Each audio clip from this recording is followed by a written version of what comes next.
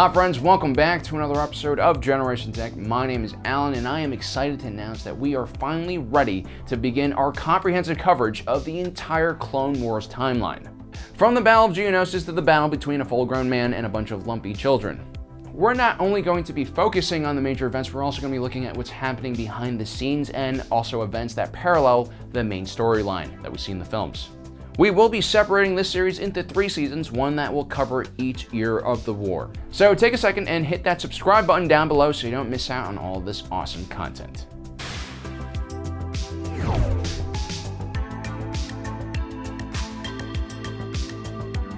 Hi, I'm Morgan Freeman. 22 years before the Battle of Yavin, the galaxy hangs on the precipice of chaos and strife. Decades of Sith manipulation had weakened the institutions that had historically kept the Republic safe. The Jedi and judicials in charge of keeping the peace are spread thin across the galaxy, facing growing unrest. On the street, there are whispers of civil war, secession, and massive armies gathering in the remote outer rim of the galaxy. In the Senate, a movement grows ever larger, supporting increased executive power for the Supreme Chancellor. The vultures are circling in on the Capitol as they sense the dying throes of the Ruusan Reformation and the demilitarization of the Republic. For 2 years, the Military Creation Act was stuck in limbo in the Senate, with both sides lobbying for their cause. Garm Bel Iblis, sensing the coming conflict, attempts to isolate the Corellian system from the rest of the galaxy by closing down its borders. Do not join the line if you don't have a boarding pass. Former Jedi Master Count Dooku, a rising star in the galaxy, leads the secessionist movement from his homeworld of Serrano and has recently ignored Chancellor Palpatine's calls for peace and reconciliation. War is a certainty, and the real question is, will the Republic have a military in time for the conflict? The opposition fears a rushed repeal of the Ruusan Reformation, which has kept the Republic and Jedi demilitarized for more than a millennia, which will lead to an accelerated path towards civil war with the Separatist Alliance. They still hold hope that negotiations can succeed.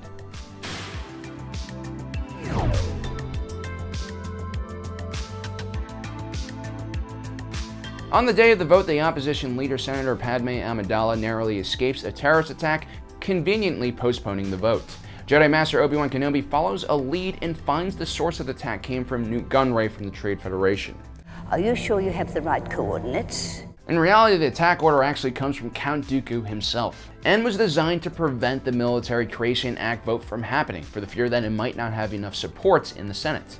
Despite all the unrest happening in the galaxy, the reality is that the Republic is bankrupt and does not have the resources or finances to start a new military. And it would be political suicide for senators to request for a tax raise and also at the same time draft their constituents into an army. During his investigation, Obi-Wan Kenobi also stumbles across the hidden Kamino cloning world where an entire army of clones await the command of the Republic. Magnificent, aren't they? The army was originally commissioned by Jedi Master Sifo Dyas, who unfortunately was no longer alive. This meant no one was around to explain why this army was created or who had the money to actually fund it. After Kamino, Obi-Wan Kenobi follows bounty hunter Jango Fett, the original template for all the clones, to the world of Geonosis. Beneath the planet's surface, massive foundries are working at full speed, producing ships, vehicles, combat droids, and other war material. Obi-Wan Kenobi manages to report all his findings back to the Jedi Council and Senate before he is captured by battle droids under the command of Count Dooku. I will petition immediately to have you set free. Well, I hope it doesn't take too long. I have work to do.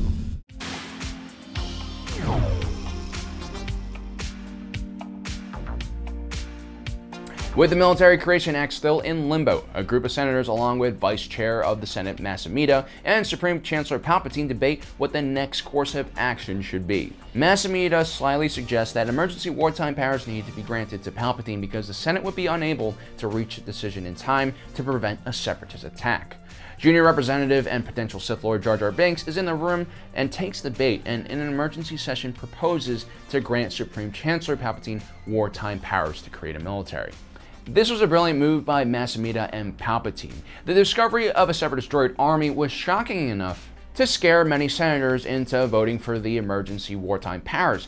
They realized that Republic bureaucracy and political gridlock would be dangerous in a wartime situation.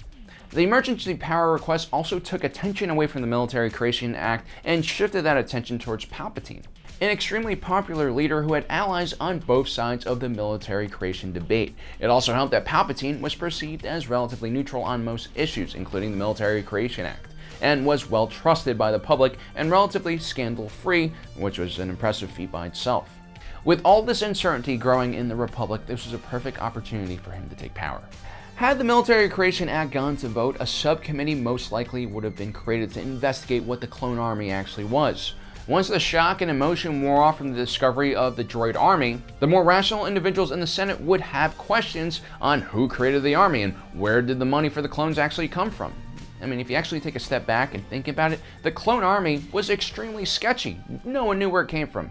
And as we talked about before, the money trail for the clone army would eventually point towards interest in the Trade Federation and commerce guilds, who were widely known to have associations with the secessionists. This would raise suspicion in the clone army, and a thorough enough investigation could potentially even uncover Count Dooku's role in creating the army, which would kill the bill entirely. This party's over. On top of that, the individual who puts in the motion for emergency powers is Jar Jar Binks, the junior representative from Naboo standing in for the absent Padme Amidala, leader of the opposition and loyalist. Misa accept this with more humility and Jar Jar. The faction that was anti-large government, which would have most likely voted against Palpatine. So having Jar Jar Binks as a proxy for Padme brought a lot of votes from across the aisle that would have otherwise been lost if this was a vote entirely on just the Military Creation Act. If only Senator Amidala were here.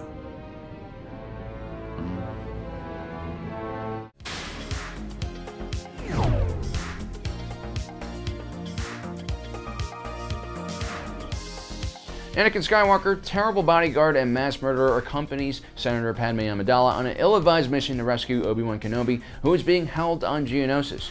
Jedi Master Mace Windu leads a strike team of 212 Jedi on a mission to arrest Count Dooku, with a secondary goal of rescuing Obi-Wan Kenobi and now Anakin and Padme as well, because, well, they're idiots, and thought that somehow the two of them could break into a heavily guarded Geonosian hive world and not get caught. Then we decided to come and rescue you. Good job. At the same time, Yoda rushes the Camino, where he takes charge of the clone army and sends it to Geonosis. Jedi Master Mace Windu, at the head of several wings of Delta 7 Aether Sprite Light class interceptors, begins the assault on the planet. The orbital cannons above the surface of the planet manage to destroy some of the Jedi fighters, but eventually they prevail and manage to take down most of the defenses. This means that the larger invasion force that comes afterwards can land unharassed. The Jedi Task Force then regroups and heads towards the execution arena, where Obi-Wan, Anakin, and Padme are being held. They're able to somehow quietly filter into the crowd without attracting any attention, despite the fact that 99% of the population on Geonosis is Geonosian. Although the Jedi Task Force was made up of many experienced masters, most of the Jedi, including even some of the Jedi Knights, were relatively inexperienced in combat. Jedi Knight Butler Swan going into the battle shared the same view a lot of Jedis had. Not only did she not expect the Geonosians to put up a fight, she actually thought that the sight of 200 Jedi simultaneously igniting their lightsabers would cause the Separatists in the stadium to immediately surrender. Instead, the opposite happened. The Jedi rescuers found themselves in need of rescuing themselves. The execution arena served as a perfect area for a trap, as an entire legion of battle droids flooded the arena.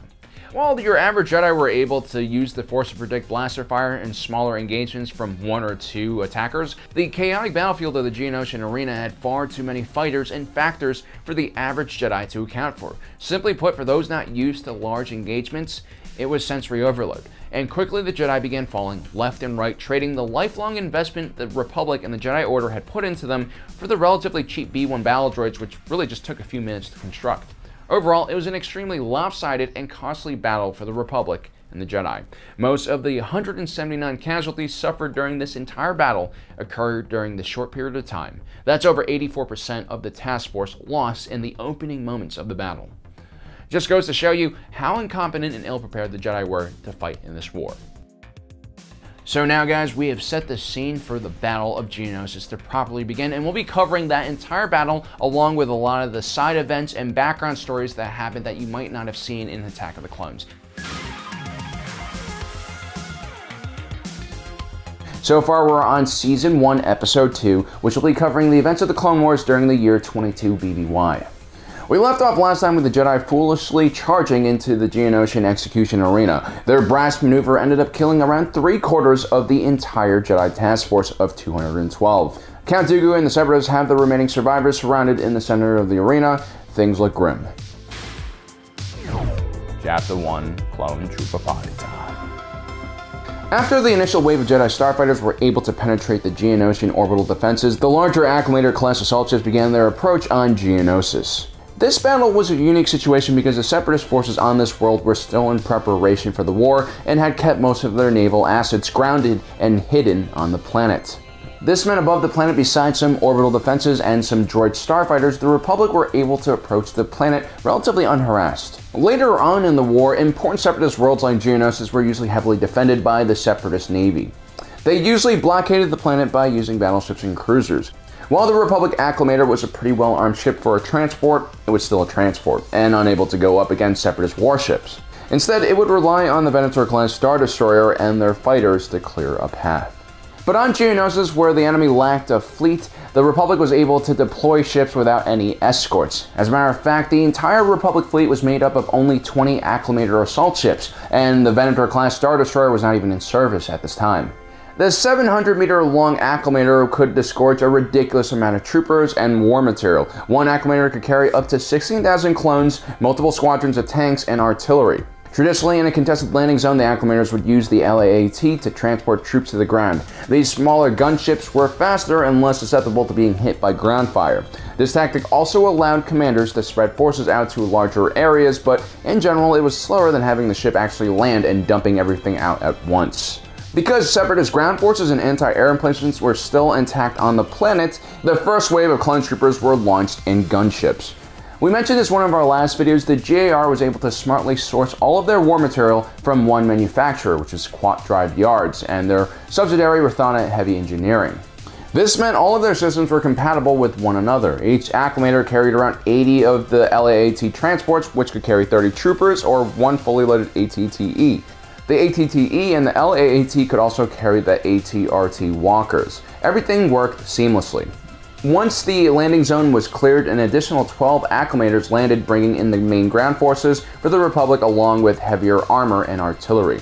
You see, the GAR actually was modeled after a Marine Expeditionary Force. It was an efficient fighting force that could deploy a reasonable amount of firepower and sustain an operation all in quick order. Another thing that worked out really well was that the majority of the Republic's weapon systems worked flawlessly during their first use in combat. The Grand Army of the Republic proved to be a very well-oiled and efficient fighting machine, despite their leadership. Chapter 2, Surprise Fools. The element of surprise is one of the major reasons why the Republic were able to win this battle. If you actually take a close look at the numbers, the Separatists had the Republic completely outnumbered. The GAR had a little over 200,000 infantry on the ground. In comparison, the Separatist droid army deployed over 1 million droids. They had an additional 4 million droids in reserve. Most of those had already been loaded onto ships which were preparing to launch. The Republic fortunately caught them while they were still in the process of loading. And the GR had a more robust naval fleet, perhaps with a few Venator-class Star Destroyers. They probably could have just sat in orbit and destroyed the Separatist fleet piece by piece as it tried to escape the planet. But lacking such a fleet, the GR had to deploy ground forces and, more importantly, heavy artillery, which could prevent the Separatist ships from leaving. The Separatist strategy is a bit harder to understand. While the Republic Task Force managed to gain the element of surprise, the Separatists still greatly outnumbered the Republic and had the ability to actually turn the battle against the GAR. What they needed to focus on was to get their navy up into space so that they could fight off the Republic invasion force, and then also release all of the droids they had in reserve. They could have easily overwhelmed the GAR ground forces. But the Separatists lacked good leadership, or perhaps they were so thrown off balance by the surprise attack that they did neither and tried to escape. It should be noted that besides Count Dooku, the Separatist leadership had no idea that the Republic had their own army as well. It's possible in the midst of all this confusion, their leaders had grossly overestimated the size of the enemy forces. The Trade Federation leaders are also widely known as cowards, so it's possible they just ran. Then again, Count Dooku and Palpatine might have also just purposely thrown the battle. A victory by the Republic would bolster support for more orders of the clones, which would help the Sith's long-term goal of eliminating the Jedi. Chapter 3, Plan of Attack. The majority of JAR ground forces landed outside of the area where the droid foundries were. This is also where the Separatist leaders were holed up and where their command center was. Again, because of the surprise assault, the majority of Separatist forces were still concentrated around the factory, having just walked off the assembly line. The Geonosians were an insect-like species, and due to the harsh environment on their planet, they mainly built subterranean hives to live in. The majority of their factories, housing centers, and other buildings were all beneath the surface. The entrances to these hives were naturally well guarded and covered, and more importantly surrounded by wide open plains, which made for extremely clear fields of fire. The Republic forces led by the Jedi landed and created an assembly area and command center in preparation for this final assault on the Separatist bastion.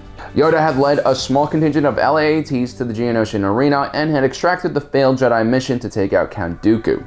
As they rejoined the main task force, the assault on the Separatist bastion had already started, as Jedi generals began leading a mass of clones in a frontal charge across the open plain. There was definitely a certain urgency with the Republic's battle plan. One of the reasons why they didn't just wait in orbit and bombard the planet was they actually wanted to take the main Separatist leaders alive and also capture their Separatist droid foundries relatively intact. There was still a ton of confusion about how the Separatists had managed to militarize so quickly. They needed people to interrogate and data to sort through. The Jedi also had their own motives. They wanted to uncover more information about the secretive Sith Lord who they believed was behind everything. Chapter 4: The Charge of the Clones. The Jedi generals at Geonosis were clearly very inexperienced and probably a bit too overconfident. They quickly led masses of clones into battle in what can only be described as a suicidal frontal assault. An experienced commander would have probably avoided sending his men across open ground while under heavy fire. And should the scenario really call for this type of assault, it usually would have been preceded by a large attack from artillery and air support, along with using methods of concealment like smoke. This would be the first time any clone trooper entered a battle. Although they were well trained for a variety of different battle environments, none of the sims could prepare them for the chaos about to unfold on Geonosis. Aside from being a very toxic and unpleasant world, the part of Geonosis where they had landed was basically one gigantic desert where there was no cover. Although the clone troopers fought alongside mechanized units, the majority of the men that were deployed on Geonosis were deployed on foot and had to basically cross several kilometers of open ground. It goes without saying it was a bloodbath. Entire battalions were wiped out in seconds by heavy Separatist artillery. Now, the one thing that the Republic did have going for it was that it had maintained space superiority. This also meant they controlled the airspace above the battlefield, and the Republic gunships were able to stay on the battlefield after deploying their units or tanks and carry out attack runs against Separatist armor.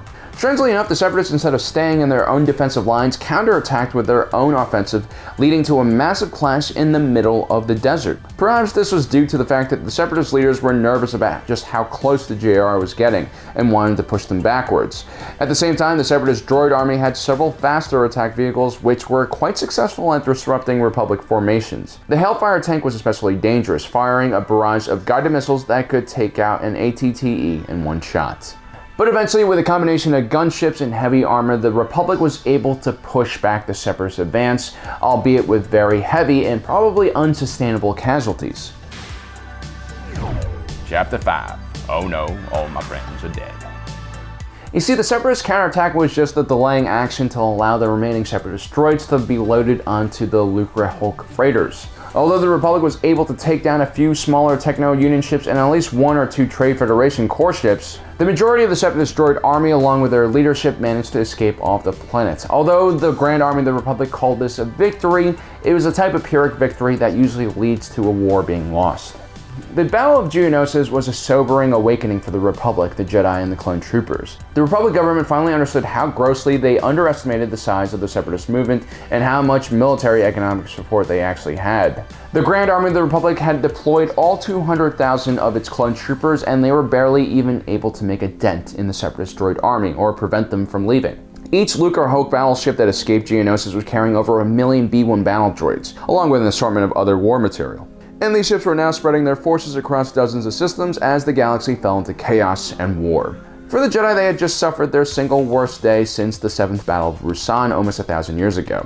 The Battle of Geonosis proved that the Jedi were completely unprepared to fight this sort of war, let alone lead other men into battle. And the foolish leadership of the clones by the Jedi during the battle would be remembered by the clones who survived. Before the battle, the clones had naively trusted their leaders. They were somewhat prepared for casualties, but what they weren't prepared for was the large amount of casualties and the lack of leadership from the Jedi generals. We don't know officially how many clones died, but we do know that 20,000 of them were wounded. Especially disastrous was how the clone commandos were deployed. The clone commandos were a heavily armed 4-man team that were designed for insertion behind enemy lines. They relied on heavy firepower and stealth to make up for their small numbers and would usually break contact when facing a superior force. The majority of the 10,000 clones in the JR were actually taken out of their Special Forces Command and then put into regular infantry units. In the mass charges we see on Geonosis, survival is basically all about luck, and the clone commandos suffered 5,000 casualties, greatly depleting the ranks of these highly trained soldiers. This would go on to haunt the Republic. As the war continued on and the war turned into a stalemate in many areas, Special Forces became more and more necessary. The few clone commando units that were properly deployed like Delta Squad were able to do a significant amount of damage behind the main battle lines. Delta Squad ended up successfully grabbing Separatist launch codes and even destroyed an entire core ship by themselves. Because of what ended up happening on Geonosis, many clone commandos would hold a grudge against the Jedi as the war continued on. It also didn't help that many of these units were trained by Mandalorians who didn't view the Jedi in such a good light. So there you have it, guys. That is part 2 of the Battle of Geonosis. This was a really unique battle that we wouldn't see again in the rest of the war. I mean, both sides were relatively unprepared, and basically both sides had their entire army and navy deployed in this one battle. Today we continue on to episode 3 of our first season of our Clone Wars history series. In our last episode, the Battle of Geonosis was in full swing. A frenzied droid counterattack manages to delay the Grand Army of the Republic long enough for the Separatist leaders and the majority of their army to escape off the planet. Obi-Wan Kenobi and young Anakin Skywalker break off from the attack to pursue Count Dooku and confront him for his crimes. Chapter 1, Tiddlywinkles. Now, I must admit, I didn't think much of Anakin the first time I laid my eyes on him. Looked like a stiff breeze could blow him over. That was my first impression of the man. They said the boy had a temper, gone and killed an entire village of sand people, showed increasingly alarming behavior not fit for a Jedi. There's a Jedi like Anakin in every era of the Star Wars galaxy. The signs were obvious, yet for some reason, they had still not taken his lightsaber away. It's important to understand just how much Anakin has changed as a Jedi due to his involvement in the Clone Wars. During the Battle of Geonosis, he was just a young Padawan, constantly losing his lightsaber and having trouble even fighting the weakest of opponents. A few years of constant warfare and he would become a killing machine. War and all the terrible things that come along with it force young men like Anakin to grow up sooner than they are prepared for. Chapter 2, Dooku's Fall. During the confrontation between Count Dooku, Obi-Wan Kenobi, and Anakin Skywalker, the older Sith was able to easily dispatch the two younger Jedi. How was he able to do this? Well, before Dooku left the Jedi Order, he was actually considered one of the most skilled duelists in the entire Jedi Order. He is one of the few swordsmen that could keep up with Yoda, and he had even defeated Mace Windu once in a sparring session. This was a decade before the Battle of Geonosis. Dooku was now considerably older and probably past his prime. But Dooku was a practitioner of the second form of lightsaber combat. Known as the Way of the Ysalamiri or Makasi, very few Jedi actually used this form of lightsaber technique during the Clone Wars period because it was mainly designed for dueling other individuals wielding lightsabers. This form was more common during the Jedi-Sith Wars more than 1,000 years before the events of the Clone Wars. This is when massive armies of Force users would clash in gigantic epic battles. But now the Sith were in hiding and most of the enemies that the Jedi encountered usually used ranged weapons like blasters.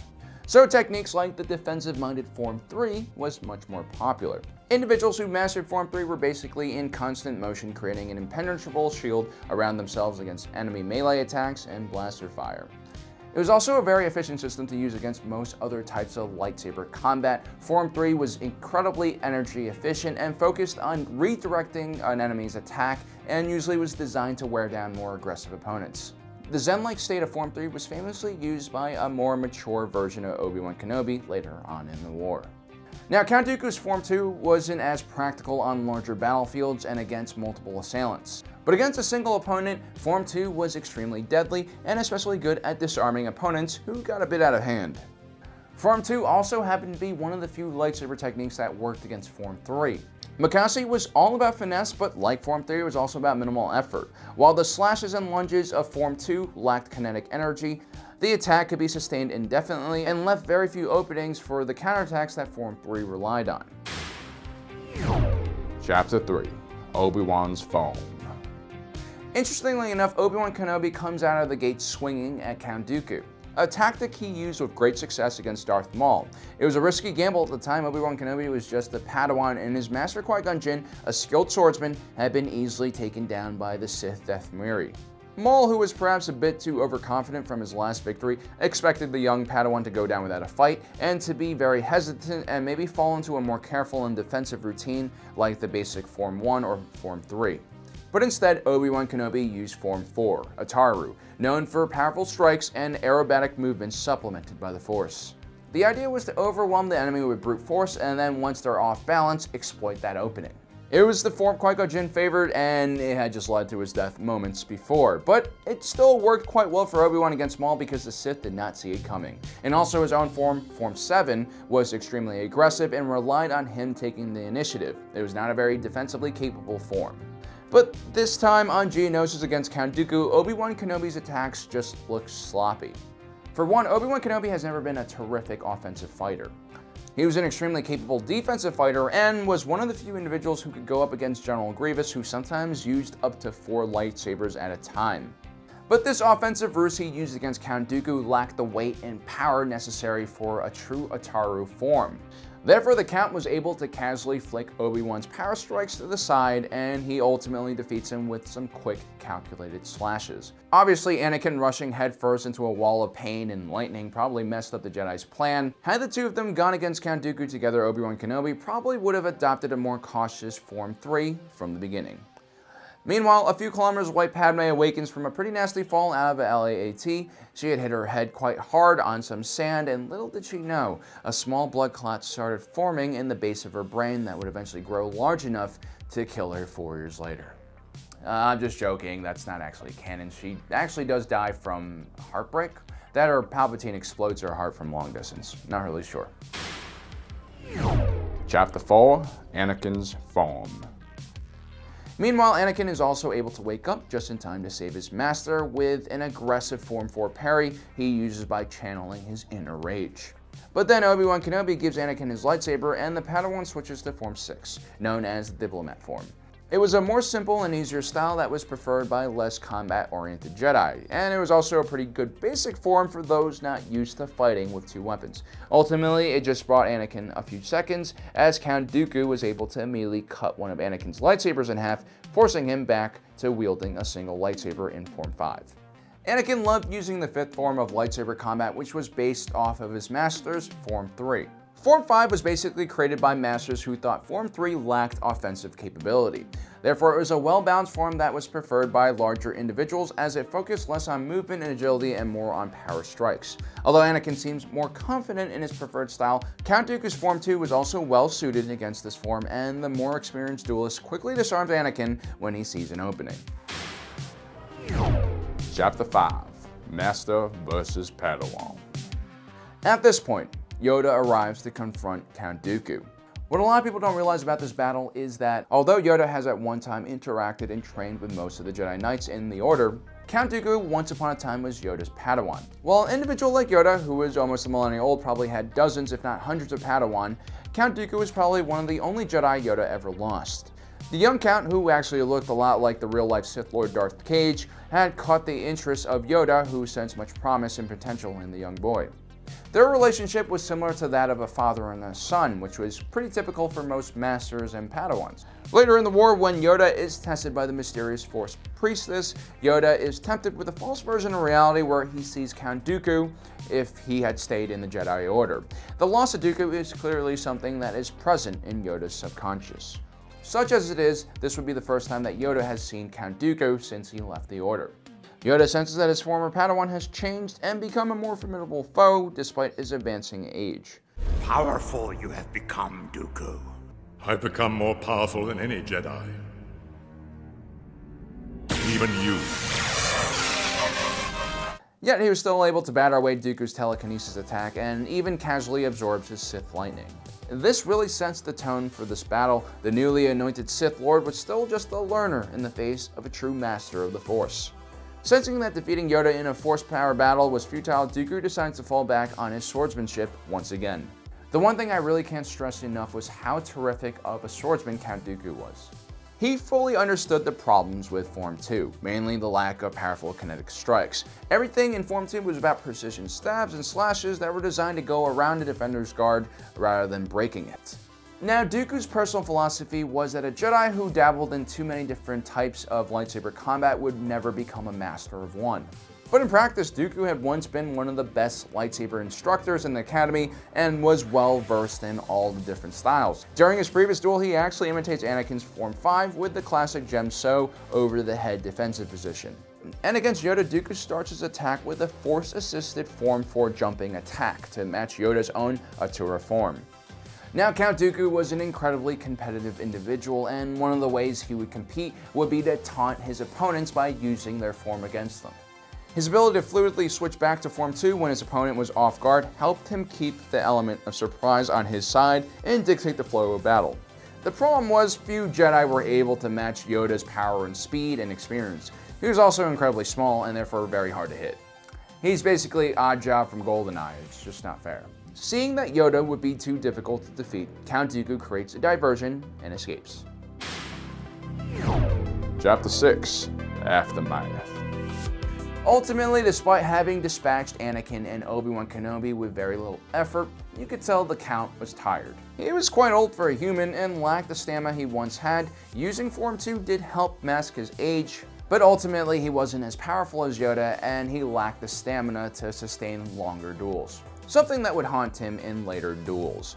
Getting schooled by Count Dooku would also make Obi-Wan Kenobi and Anakin much better duelists as well. As Obi-Wan Kenobi got older, he would continue training in Form 3 until his defensive form became impenetrable. This made Obi-Wan Kenobi's defensive form almost second nature. It allowed him time to think and strategize during the middle of a battle. And Obi-Wan Kenobi was not above using his environment to get an upper hand on his enemy, and he would eventually develop a higher understanding for the art of dueling. Anakin Skywalker, on the other hand, despite losing his other hand, would continue to learn how to dual-wield weapons. Ultimately, as he became stronger and more willing to tap into his emotions, his Form 5 would become quite impressive. Anakin's unparalleled power in the Force would allow him to dominate the battle with increasingly powerful Gem So attacks. With the battle finally over, the reality of the situation finally sets in. The Grand Army of the Republic was decimated. Of the 200,000 clones that entered the battle, only 75,000 were deemed still fit for combat. The Separatist droid army, as we mentioned in our last episode, managed to escape mostly intact and began opening up new fronts across the galaxy. The Republic forces did manage to seize control of the Separatist command center along with the droid foundries, but with only a few tens of thousands of troops active, the survivors of Geonosis needed to be regrouped into new units and quickly deployed elsewhere. The Republic's priority was now to get as many new clones from Kamino equipped and combat ready. The small garrison left on Geonosis would ultimately be overwhelmed within just a few weeks. Due to Yoda's intervention, Anakin and Obi-Wan Kenobi had not died, which was important for the Jedi as they would play a big role in the Clone Wars. When Obi-Wan Kenobi was in captivity, Count Dooku had mentioned a hidden Sith Lord to him in an effort to recruit the Jedi to his cause. Upon telling the Council about this, an investigation was opened to find out who the Sith Lord was. Boba Fett, having witnessed his father's death, buries the bounty hunter and begins planning his revenge against Mace Windu. Mace Windu, on the other hand, regrets killing the bounty hunter without hesitation, and at the same time regrets not taking out Count Dooku when he had a chance.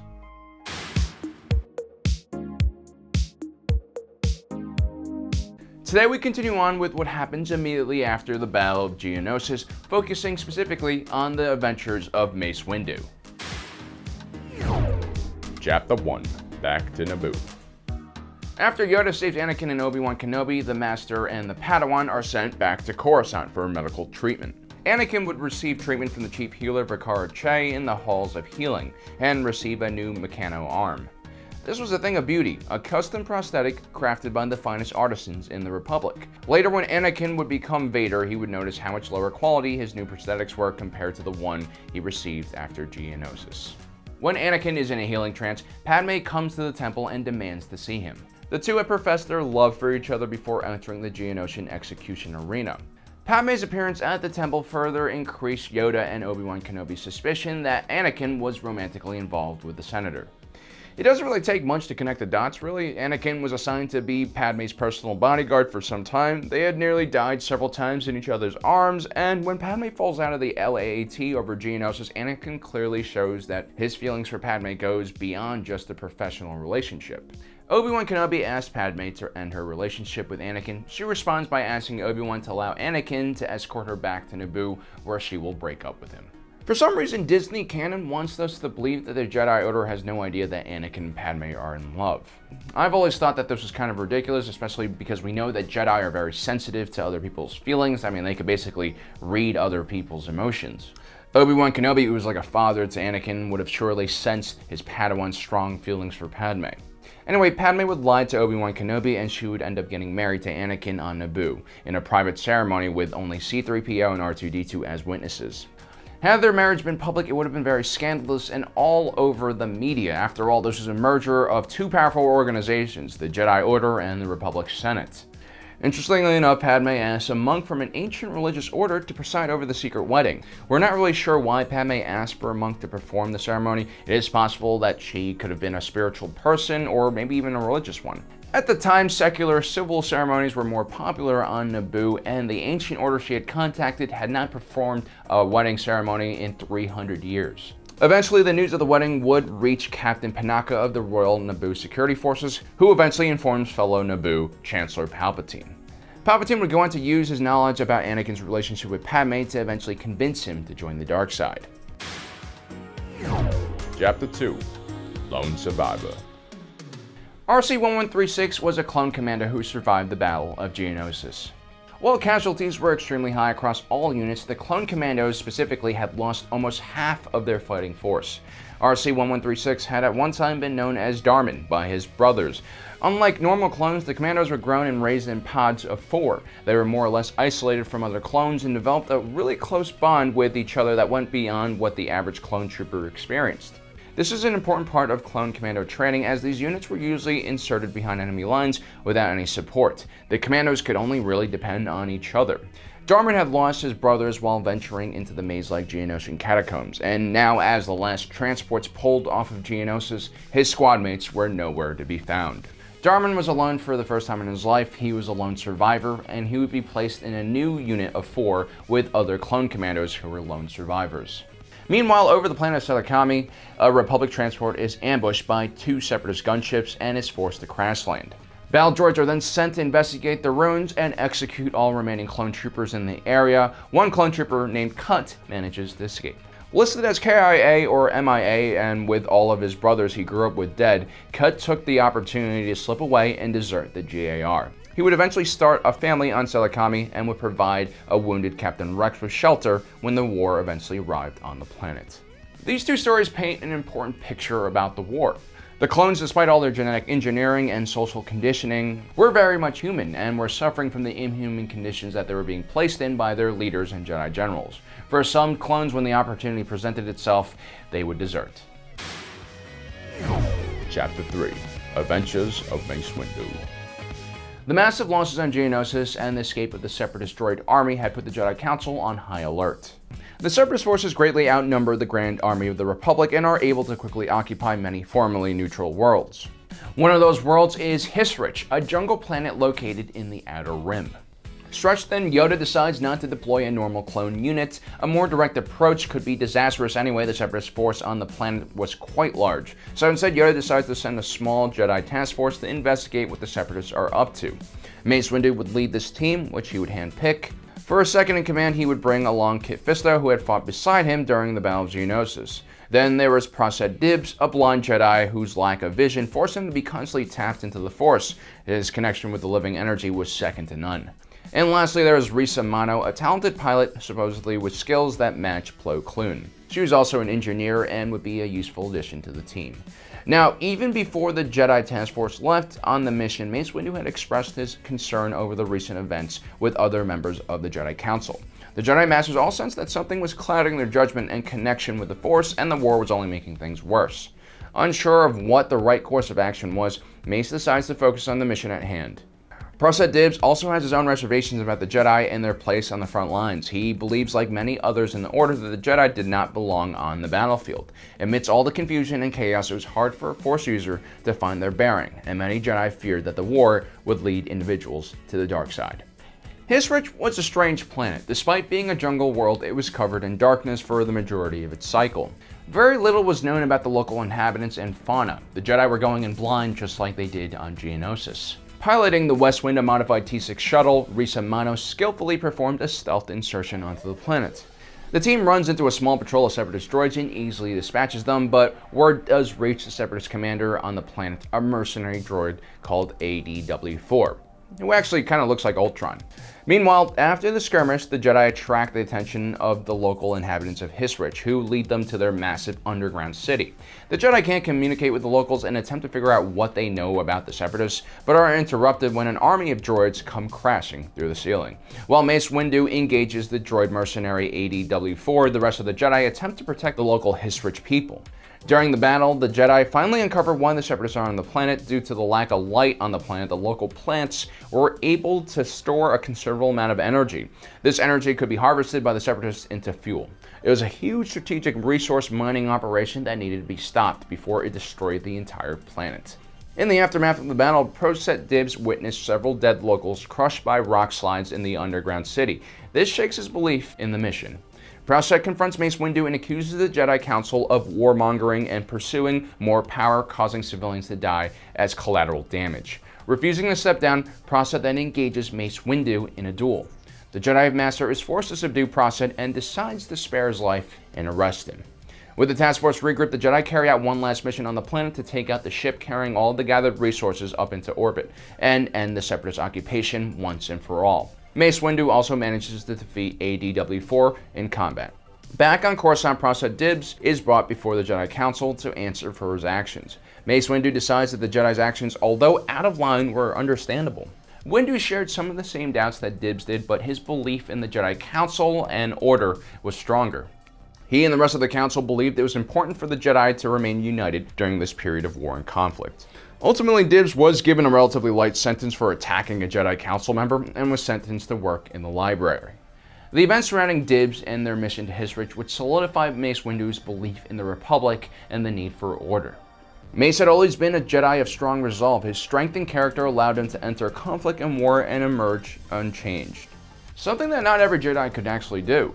He was also one of the few Jedi who was able to use Form 7 of lightsaber combat, otherwise known as Vapad. This was normally considered a dark side lightsaber form as it channeled the user's emotions, but Mace, with his discipline and self-control, was able to tap into his own inner darkness without falling to the dark side. Proset Dibs would be the first of many Jedi to question what the Jedi Order's role in the war should be. Dibs' incredibly strong attunement to the Force meant that he was probably more sensitive to the dark side energies that were corrupting the Force. Ultimately, Jedi like Dibs were ignored by the more rigid Jedi Council. A better course of action for the Jedi Council would have been to allow the Jedi to choose whether they wanted to fight in the war or not. But after the massive casualties on Geonosis, the Jedi Council wanted everyone on board. The pressure and stress the war put on the Jedi Council blinded them from the cracks emerging amongst their ranks. Ultimately, Hisrich would be saved by the Jedi, but more worlds would fall to the Separatist threat. On the world of Christophsis, Senator Bail Organa finds himself besieged in all directions, waiting for Republic reinforcements, which is what we'll be talking about on our Clone Wars history series.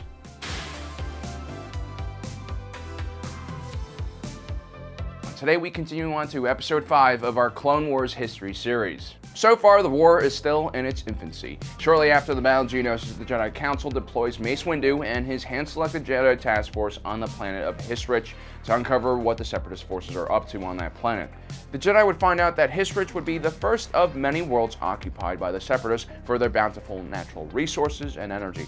Today, we continue covering the spread of the crisis, primarily focusing on one of the first worlds to become a major battleground in the growing Clone Wars.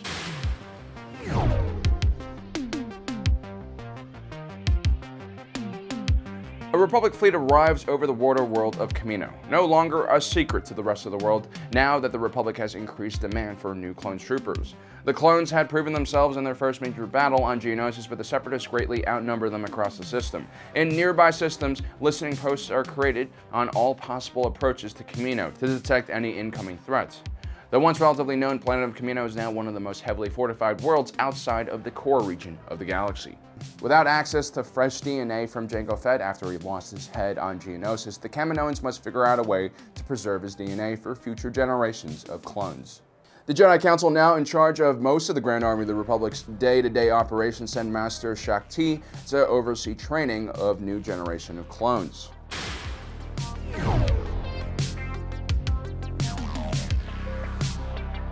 Reaction to the clone troopers in the Republic is mixed. Some see the clones as slaves, others see them as saviors. The fact that they appeared out in the middle of nowhere isn't as widely discussed. The Separatists naturally saw the usage of clones as abhorrent and essentially slavery.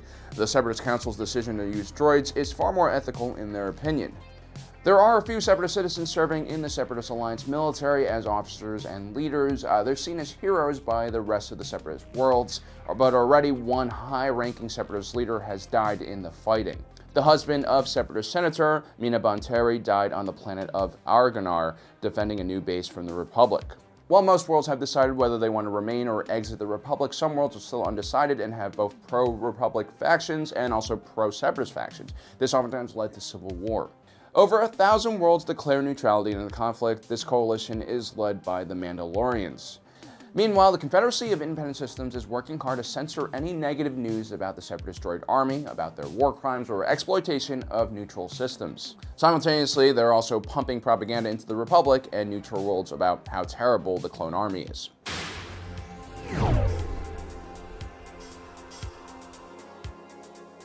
Leading the chaos are Dooku's two new lieutenants, the cyborg General Grievous and Dathmari ex-Jedi Asajj Ventress.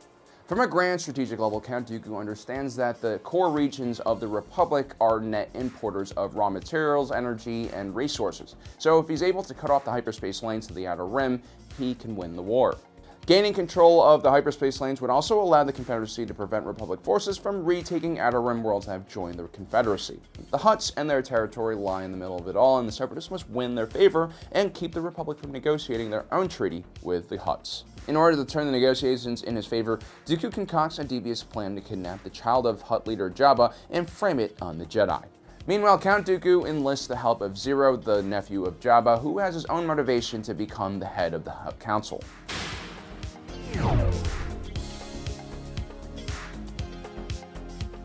But in order for the kidnap plan to work, Dooku decides to create a diversion by invading the tactically important and resource-rich world of Christophsis. Republic Senator Bail Organa was already involved in a relief mission on the planet. Organa was Alderaanian, a people known for their culture of giving and charity. Organa had started the Alderaanian Refugee Conference after the war had displaced millions of people in the Outer Rim. The front lines of the Clone Wars was still quite fluid at this time as new fronts began opening every day. Count Dooku had sent two of his best military leaders, Admiral Trench and General Worm Loathsome, basically a giant spider and a boar, to press the small Republic garrison there. Surrounded and under heavy siege and blockade, Senator Organa called the Republic Navy for help. Admiral Wolf Yularen and General Anakin Skywalker received the call from Organa on board their Venator-class Star Destroyer and start creating a plan to break through Admiral Trench's blockade and deliver much-needed supplies to the besieged clones on the surface of the planet. Initial probes against the Separatist blockade proved to be unsuccessful.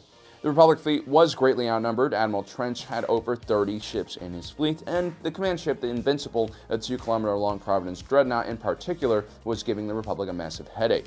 Even if Anakin's Venator-class Star Destroyers are able to stop Trench, the transport ships full of relief supplies that they are escorting will still be vulnerable to enemy fire. When General Obi-Wan Kenobi arrives in system, he orders Anakin and the rest of the Republic forces to withdraw behind the moon of Christophsis. While recouping from their last assault, Anakin visits his master's ship and finds out that Obi-Wan Kenobi has brought a secret stealth ship to the battle. This vessel not only cloaked electronic and heat signatures, but also was invisible to the naked eye. Obi-Wan's idea was to use this ship to transport much-needed aid and ammunition to Republic troops on the surface. Meanwhile, Admiral Wolf Yularen is researching the Separatist forces. He had recognized the symbol on the enemy fleet as that of Admiral Trench. Yularen had fought against Trench during the Battle of Malastare in a conflict between the Corporate Sector and Galactic Republic. Trench's ship in the battle had been destroyed, and the Spider-Man had been presumed to be dead, although he had taken down a good chunk of the Republic judicial fleet as well. Yularen volunteers to accompany Anakin on his stealth mission. His prior experience with Trench gave him a better understanding of the enemy. Trench launches another wave of bombers against Organa's position on the planet, creating more urgency. Anakin, using the cloak's stealth ship, manages to bypass the blockade. Although he's told by Obi-Wan Kenobi not to attack anyone, the young Jedi can't pass on the opportunity to take a shot at Trench. Anakin had only just recently gotten married to Padme and at the same time reached the rank of Jedi Knight. Apparently, because of high casualties on Geonosis, they had loosened the standards of promotion.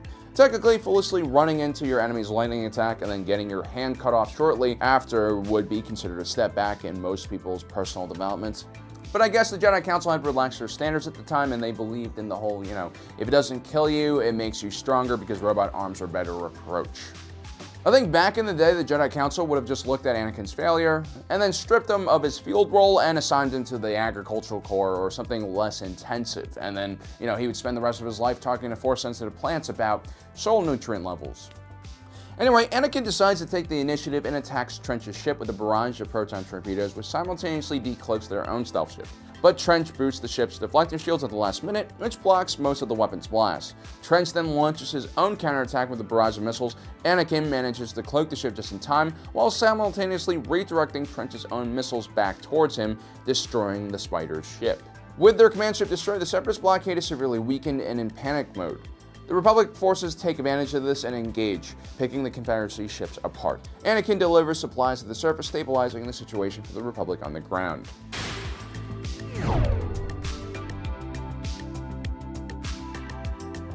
Although the Republic has just won a victory in orbit, the battle for Christophsis is just starting. As Republic ships begin ferrying supplies and reinforcements to the surface, clone reinforcements establish a base on the planet and continue to engage troops led by Separatist General Worm Loathsome and Dooku's personal emissary, Asajj Ventress. Anakin and Obi-Wan Kenobi head to the surface. The fight for the capital of Caledonia is in full swing. Unbeknownst to the Republic forces, a clone trooper had been turned into a Separatist spy by Asajj Ventress and was now feeding the enemy forces tactical information. Obi-Wan Kenobi and Anakin and a small contingent of clones had set up an ambush against a droid armored column in a pair of high-rises. But before they could spring their trap, they were ambushed by Separatist battle droids in the confined space of the buildings they were hiding in. The small force does manage to escape from the roof on a gunship, but Anakin and Obi-Wan Kenobi come to the conclusion that the droids had already somehow known about the ambush and that there was most likely a mole amongst their ranks. This was kind of surprising because clones were perceived as extremely loyal. Besides, any betrayal against the Republic was a betrayal of their brothers, which was just unthinkable at the time.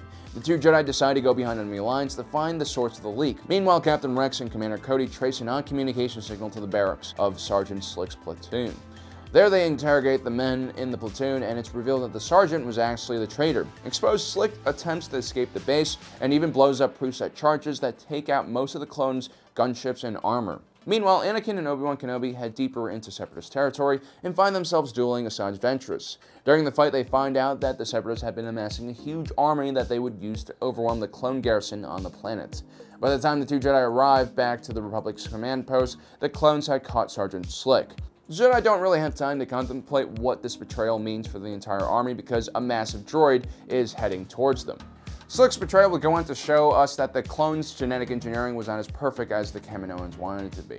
The terrible losses on Geonosis was just the beginning of the clones' awakening to their reality. The Republic would quickly carry out a cover-up of Slick's betrayal and the motivation behind his betrayal. Slick had claimed the Jedi were using the clones as slaves and had been ultimately lured by money by Asajj Ventress. The Jedi were afraid that if this story spread amongst the ranks, they could potentially have large-scale desertion and mutiny. Very few Jedi and Republic leaders really understood what the clones were like. A lot of them saw them actually as organic machines no better than droids, but the opposite was true. These were very independent individuals. It also should be noted how casually Anakin is able to dismiss Sergeant Slick's reasoning for his betrayal. We've seen time and time again that Anakin has come out harshly against slavery. After all, he was a slave himself at one time. I don't really understand how he doesn't see any similarities between his own childhood and the current servitude of the clones. In our next episode, the Separatist ground forces carry out a huge counterattack in an attempt to dislodge Republic forces on the world. Count Dooku would continue to start conflicts in the Outer Rim, forcing the Jedi to further spread out their forces, taking them away from their more traditional peacekeeping role. Meanwhile, he's still carrying out his plan to kidnap Jabba the Hutt's son.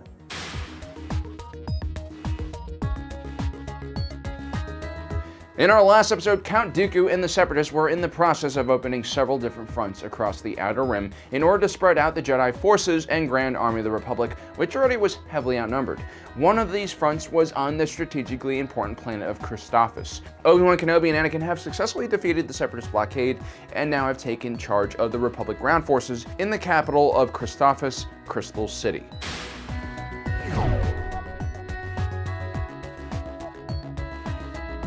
Previously, the clone sergeant Slick had betrayed his fellow troopers by acting as a mole for the Separatist forces. As a parting gift, he had destroyed a large portion of the Republic's ground forces motor pool, including several LAATs and ATTE walkers. The charges had been set beforehand, so it's very likely that the traitor Slick had coordinated with Separatist leaders to do this as part of a preparation for an eventual Separatist counterattack. With limited fire support and Admiral Wolf Yularen heading back to Republic Base for reinforcements, the Republic forces on Christophsis were relatively vulnerable to a counterattack. General Horm, loathsome leader of the Separatist ground forces, took advantage of this opening and launched an assault. With only their basic small arms and a few AV-7 anti-vehicle cannons and a few small walkers left, the clones rapidly put up a makeshift defense on Crystal City's main street. Loathsome's vanguard were made up of the tougher B-2 super battle droids. These larger and more heavily armored units were much tougher than the B-1 battle droids. They were also equipped with wrist rockets and automatic laser cannons. In support, the Octoptara combat tri-droids brought up the rear of the droid column. As the clones engaged the main droid force, Anakin Skywalker along with a few squads of jetpack clone troopers attacked the Separatist flank and managed to take out several of the Octoptara combat tri-droids. The tri-droids had a 360-degree firing arc and were quite formidable, but had a large blind spot beneath it which the clone jetpack troopers were able to exploit.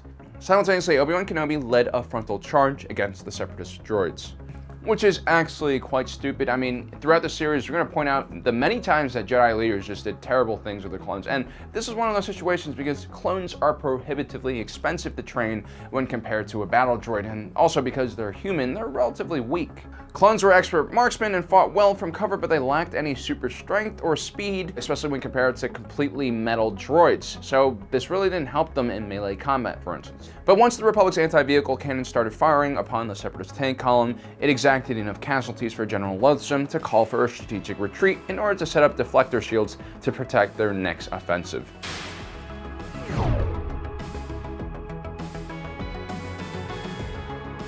During the reprieve, Republic reinforcements arrived, but it's not the battalion of clones that Anakin and Obi-Wan Kenobi had expected. Instead, it's just Wolf Yularen with one single messenger from the Jedi Council, Ahsoka Tano. Her message is for the two Jedi to report back to Coruscant immediately for an emergency meeting. But more about that later, because before the two Jedi can go back, they have to figure out a way to drive the Separatist threat back. To make matters worse, not only did they not get reinforced with more clone troopers, a new Separatist fleet had arrived above the surface of the planet. So for now, Anakin is accompanied by Ahsoka Tano as his Padawan learner, and they inspect the Republic lookout posts.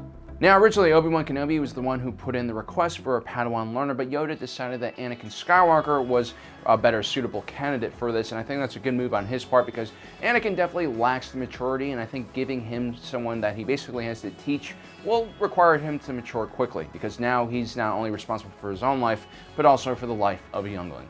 Anakin rightly questions Ahsoka's age, though. She's just a preteen, and it's pretty unethical for the Jedi to send children into battle. Ahsoka then goes along with Captain Rex for a while to inspect the defensive lines. This, of course, would be the beginning of a very long friendship between the two. While talking with Captain Rex, Ahsoka brings up that despite the fact that he's a captain, as a Jedi, she still technically outranks her. Captain Rex sidesteps this by saying, "In my book, experience outranks everything." It's a lighthearted exchange, but it does highlight the underlying tension between the Jedi and the clones. Simply put, the clones had been trained to fight and lead soldiers into war for almost a decade. Most Jedi had almost no military training, and some, like Ahsoka, were basically children and still put in charge of entire units. This makes very little sense to me, and although most clones wouldn't complain outright, I think it doesn't make a lot of sense for them either.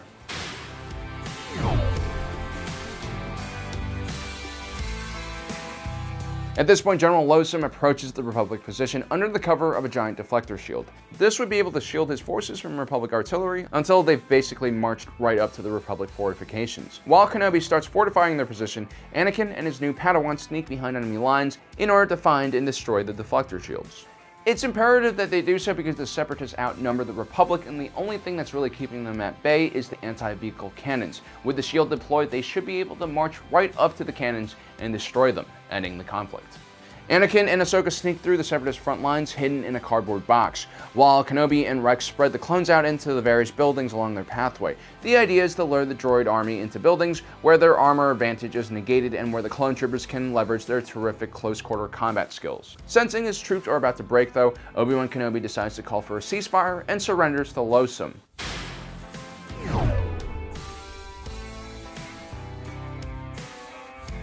Meanwhile, over the planet, Admiral Wolf Yularen and Yoda have arrived with a fleet of ships, including a few acclimators loaded with clone troopers. Once again, the Republic forces must break through the blockade in order to reach their ground forces. Behind enemy lines, Ahsoka and Anakin run into a few hiccups along the way, but eventually make it to the shield generator, and are able to take out the generator with just a few seconds to spare. Obi-Wan Kenobi grabs General Lothsum and takes him as hostage while Republic artillery starts opening up on the Separatist main force, while Yularen's reinforcements arrive from orbit. The Battle of Christophsis is over and the Republic has won.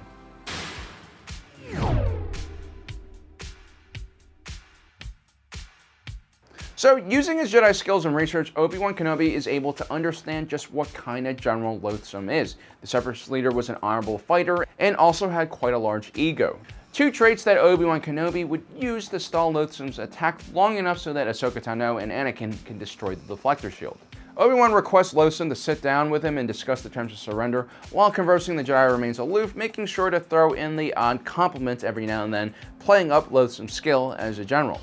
It should be noted what Obi-Wan Kenobi is actually doing here is pretty sketchy and one could argue even unethical. It's something we'll see the Jedi do a lot as the war progresses. Basically, under the flag of truce, they'll use this stalemate or opportunity to maneuver around their enemy. Now, while that might seem cunning and funny for the viewers, it's actually very detrimental to the overall Republic war effort because it basically doesn't allow future Republic forces to really surrender when they need to. Nonetheless, the Battle of Christophsis was a good example of each side's strengths and weaknesses. The Separatists always were able to bring in superior numbers to the battlefield, and these armies were usually led by an individual who was quite cunning and skilled. The problem was these leaders oftentimes were forced to micromanage their troops. There simply weren't any good NCOs or officers underneath them that were capable of any kind of decision making. So the droid forces lacked flexibility and ability to react to enemy movements. The Republic, on the other hand, was the exact opposite. They were usually outnumbered, but they had a pretty solid command structure, including a great NCO corps led by the clones. They also usually had relatively good Jedi leadership. I mean, sometimes the Jedi would lead their troops into suicidal frontal charges, but more or less, they were able to react to the combat situation that was unfurling in front of them. The Republic also used the Jedi as special forces, and they were able to target specific objectives that severely limited the enemy's ability to fight. This would also be the first battle where Anakin and Ahsoka Tano would fight together. These were both quite spirited individuals, especially for a Jedi, and that's kind of what makes them perfect partners. They would grow to respect one another's skills and abilities, which means that they'll also be able to temper each other. Because let's be honest, these two come up with some crazy suicidal plans that really wouldn't work without some, heavy plot armor. Meanwhile, in the background, Count Dooku continues his plan for kidnapping Rhoda the Hutt, son of Jabba, the most powerful member of the Hutt ruling council. One day, while enjoying a nice ride on Jabba's luxury yacht, Rhoda is kidnapped by Asajj Ventress and flown to a remote monastery on the world of Teth. Although adult Hutts were quite tough and resilient to disease and physical damage, baby Hutts were pretty much useless. They would remain in their mother's sack until the age of 50, and even then, they only had the intelligence of a normal human 10-year-old. Rhoda was just 10 standard Hutt years when he was kidnapped, which basically makes him a toddler. So naturally, seeing him kidnapped would make his mother extremely worried. Now, typically speaking, it's very hard to get any type of leverage over a Hutt. These were very shrewd business people who were very good at what they did. But unlike other species, Hutts were asexual and able to change their gender whenever they liked. So while they were childbearing, they would switch their sex to female, and their body would be bombarded by different hormones, which would make them more protective of their younglings. It wasn't all that uncommon for a pregnant Hutt to disregard all issues that weren't childbearing related, even if this means their business enterprise fell apart. So by kidnapping Rhoda and then blaming this on the Jedi, Count Dooku found a very realistic way to push the very calculating and neutral Hutts to actually take a side in this war. The Hutt's territory in the Outer Rim was very important to both sides of the war. They basically controlled the last neutral hyperspace lanes that connected the core of the galaxy to the Outer Rim. Without it, the Republic was basically cut off from their own forces in the Outer Rim. Since the kidnapping had been so successful, Jabba the Hutt had no leads to follow and sent out a general message asking for anyone for help or information concerning the kidnapping of his child. Chancellor Palpatine, of course, jumped at the opportunity to create better relations with the Hutt territories. Having just successfully captured Christophas, Obi-Wan Kenobi, Anakin, and Ahsoka are basically the only Jedi free for such a mission.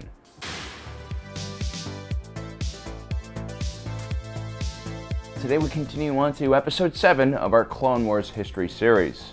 In our last episode, we covered the final Separatist counterattack on Christophas and the kidnapping of Rada the Hutt, an attempt by Count Dooku to create tension between the Hutts and the Republic.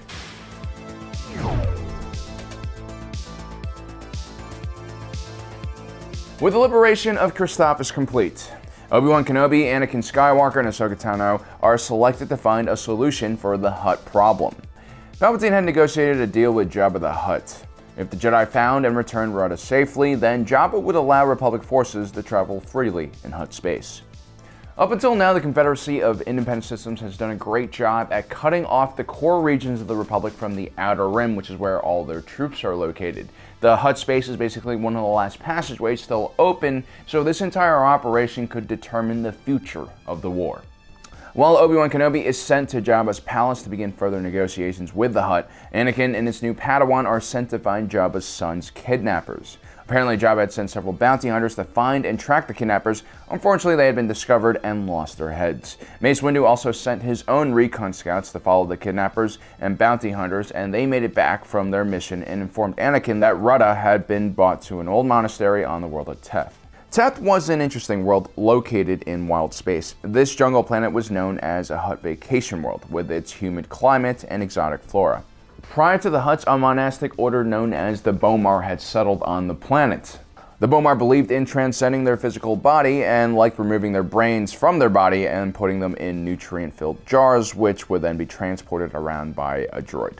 They had built several monasteries on the planet, and the Separatists were using one of them as a holding location for Rada. This monastery was located on a high plateau, and as we all know in Star Wars, having the high ground is always preferable. The Clone Scouts also spotted at least 2 battalions of Separatist droids guarding that monastery. Given the physical location and defenses surrounding the monastery, a covert mission was deemed to have a relatively low chance of success, so Anakin decides to carry out a full assault on the monastery, which is why the rescue of Rada would also be known as the Battle for Teth. At this point, Obi-Wan Kenobi has arrived to Jabba's palace. The Jedi is continuing the negotiations started by Palpatine. Jabba has added another condition to the deal: the Republic must bring back the individual responsible for kidnapping his son, dead or alive. He then also reveals that he's contacted Count Dooku and asked the Separatists for help as well. This, of course, further complicates and raises the stakes for this mission.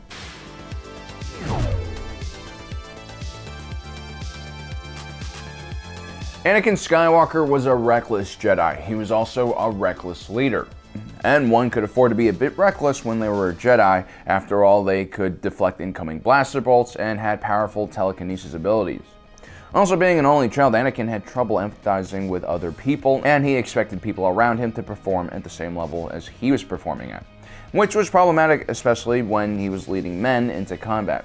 Sure, carrying out a frontal attack up a 90-degree vertical incline might be easy for him, but for the average clone without any superpowers, it was a ridiculous thing to ask of them. Gotta keep up! Rex, follow me! Yes, sir! I'm working on it. Now, Captain Rex says yes, sir, because he's a polite clone, but what he's really thinking is, what the hell am I getting myself into? A frontal charge over open space is always bad because it leaves you exposed without any cover to enemy fire.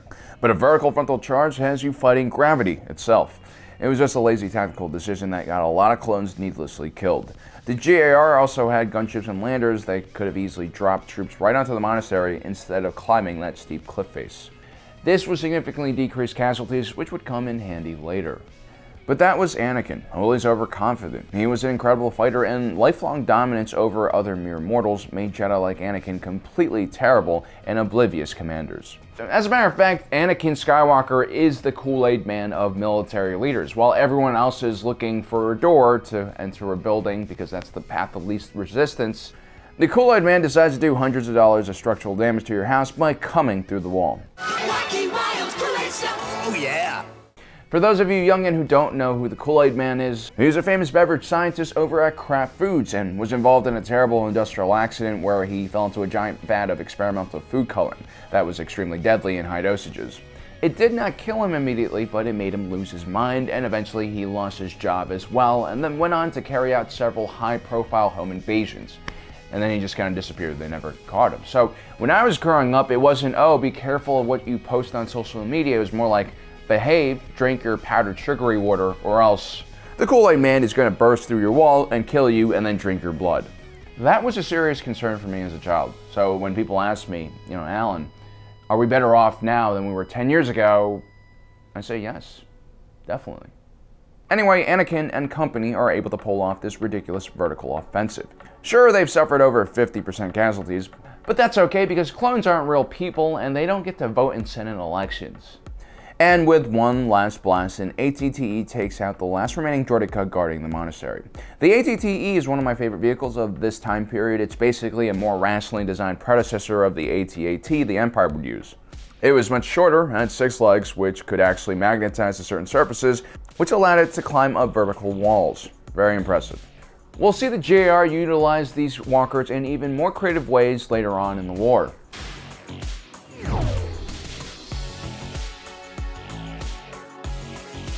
When the battle was won, Anakin and Ahsoka and a small squad of clones move into the monastery to find Rudda the Hutt. Now at this point, if you're thinking that the Separatists should have definitely won this battle, after all, they had the...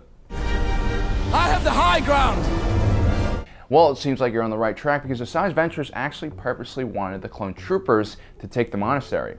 The idea was to lure the Jedi into the monastery and then frame them for Rudda's kidnapping. The Separatist does this by filming the Jedi interacting with the little Hutt. As we see in the news all the time, it's very easy to take a video clip and then cut it out of context so it serves your purpose, and that's what the Separatists do. Count Dooku brings the evidence of the Jedi's involvement in the kidnapping via holovid, #fake news. At this point, the roles now reverse. Count Dooku orders Asajj Ventress to recover the Hutt while simultaneously launching a Separatist fleet to retake the monastery. Meanwhile, Obi-Wan Kenobi, who is now aware of Count Dooku's involvement with the kidnapping, rushes to death as well with Admiral Yularen to help Anakin's task force. Meanwhile, the baby Hutt has a fever and has fallen ill. Unfamiliar with Hutt biology, the Jedi must get Rudda some care immediately.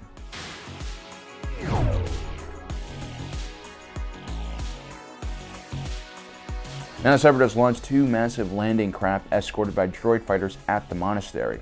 Instead of carrying out a suicidal vertical frontal charge, the Separatists just land on the monastery like normal people would. While these Separatist droid commanders aren't the smartest in the world, they still make a more tactically sound decision than Anakin does. And it's not that Jedi are stupid, they're just out of touch. The Separatist attack catches the clone troopers off guard and they are quickly overwhelmed and have to fall back inside the monastery itself. They have to hold on until Kenobi arrives with reinforcements. But while they're waiting, Anakin and Ahsoka decide to find their own way off the monastery, while Captain Rex and the remaining clones prepare for a last stand. At this point, they know they're probably going to die. After all, Anakin is their leader, and in most of his campaigns, the clones suffered close to like 95% casualties. But still, the heroic clones were able to buy enough time for the Anakin and Ahsoka to find an alternate exit via a small landing pad at the back of the monastery. Obi-Wan Kenobi and Wolf Yularen have also arrived in orbit and are now rushing to the surface and have engaged droid fighters. Anakin and Ahsoka manage to steal Asajj Ventress' shuttle and are on their way out of the battle. But Anakin expresses his worry about Captain Rex and his remaining clones. He wants to go back and help them. But little Rudda was getting sicker by the minute, and Ahsoka Tano has to remind him of his duty to the mission. This is the other side of Anakin's leadership we'll see a lot. Although he's a very reckless leader, he's also a leader that cares a lot about his men. Which is why even when he becomes Darth Vader, he was still a very popular commander. But ultimately, it was his attachment to other people, including his friends and family, that would lead him to the dark side. Luckily for Rex, Obi-Wan and the 212th Attack Battalion land on the monastery just in time to rescue them from being overrun by the Separatists. Obi-Wan Kenobi chases Asajj Ventress into the monastery where they begin to spar both physically and verbally. And this would be the beginning of a very odd relationship between these two, and I mean odd because this is essentially a children's cartoon. There just seems to be a lot of sexual tension between these two every time they meet. Anyway, Anakin, Ahsoka, and Rudda escape into orbit and enter hyperspace. Their next stop is Jabba's palace on Tatooine. So as you can see, the Republic are on the verge of solving this crisis, but Count Dooku still has a few last tricks up his sleeve, and we'll talk about that in our next episodes.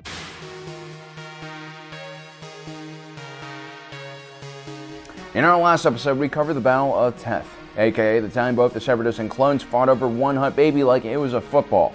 The winner of this match would gain the favor of Jabba the Hutt along with the rest of the Hutt Council, and they would also have access to all of the Hutt territory hyperspace lanes for the rest of the Clone Wars.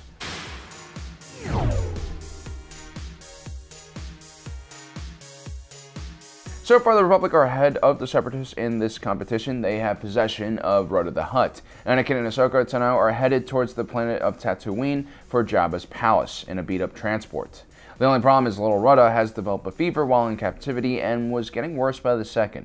Delivering a dead baby Hutt would not win the Republic any favors from the Hutts. Luckily, Ahsoka finds a medical droid on board, which dispenses some life-saving medicine for Rhoda, whose fever quickly disappears. The Asajj Ventress had initially sent ships after the Jedi, but Count Dooku had other plans. He tells Jabba the Hutt the Jedi have killed his son and were now on their way to Tatooine to kill him. And with that one message, the game has now changed. The Separatists no longer have to worry about the baby Hutt. Now they have to just focus on killing the Jedi. It's a smart move on Count Dooku's part. This simplifies his mission, and the Jedi are probably unaware of this recent development. On approach to Tatooine, Anakin prepares their rusty shuttle for combat. He tells R2-D2 to prepare the main cannon before the rear reflector shields. Ahsoka points out to Anakin that it is risky to leave the rear of the ship open to attack, to which Anakin replies, "A strong attack eliminates the need for defense, Snips."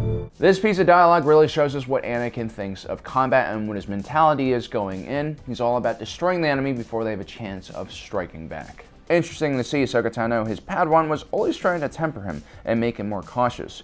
Ahsoka was pretty reckless herself, but seeing her master act in such a crazy way probably made her self-reflect and become more cautious and mature. Yoda really knew what he was doing when he signed Ahsoka to Anakin. I think the two are a great fit for each other, and they'll really help each other develop as the war goes on. But in this scenario, Anakin's recklessness makes the situation a lot tougher than necessary, as they revert to real space and encounter two of Dooku's Magna Guards in orbit and are immediately shot down because all the guns are locked in the forward position. It's too bad you decided not to repair the rear deflector shields. This would be the first of many crash landings for Anakin Skywalker, but what makes this crash landing so special is that it's a crash onto his original home planet of Tatooine. The last time Anakin had been on this world, he had witnessed the death of his mother and had slaughtered an entire village of sand people in retaliation, an event that probably unhinged him quite a lot.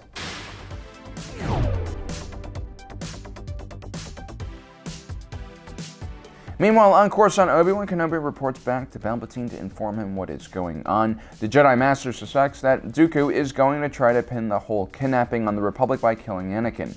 When Senator Padme Amidala enters the room, Palpatine purposely mentions that Anakin is in danger, including a small skirmish with Obi-Wan Kenobi and Anakin. Anakin? Is he in danger? I'm afraid the Jedi's efforts to strike a secret treaty with the Hutts have gone terribly wrong. Remember guys, Chancellor Palpatine had found out about Anakin and Padme's secret wedding from fellow Naboo Captain Panaka. It's really in his interest to keep on supporting this relationship and seeing it grow stronger. Because the more entwined Anakin becomes with Padme, the easier it will be for Palpatine to use her as leverage over the young Jedi Knight. Palpatine was the one who first impregnated Anakin's mom in the first place, and he's been grooming him since day one to one day become his apprentice. In this situation though, Palpatine uses Padme's affection for the Jedi Knight to involve her in this scenario. Padme was not only beautiful, but also a great negotiator. That made her the ideal person to restart talks with someone like Jabba the Hutt, who really appreciated beauty. We sometimes take it for granted how difficult it was for Palpatine to play both sides of the war. He wasn't completely in control of everything that was going on both sides. Instead, he used his political skills and connections to slightly influence things in the right way to keep things balanced. As we've said many times before, the Separatists clearly had the upper hand at the beginning of the Clone Wars. So it was crucial for the Republic to ally themselves with the Hutts, and without the hyperspace lanes, it would be very difficult for the Republic to win the war, even with Palpatine's help. And also, Palpatine can't be too obvious that he is helping the other side, otherwise his cover is blown. But even if Palpatine was not a Sith Lord, he still would have easily been one of the best politicians the galaxy has ever seen. With very minimal effort, he's always able to get exactly what he wants. Oftentimes he didn't have to get directly involved and could get someone else to do his bidding for him, which also meant no one exactly understood Palpatine's political positions. He was just a charming politician that everyone liked. Good.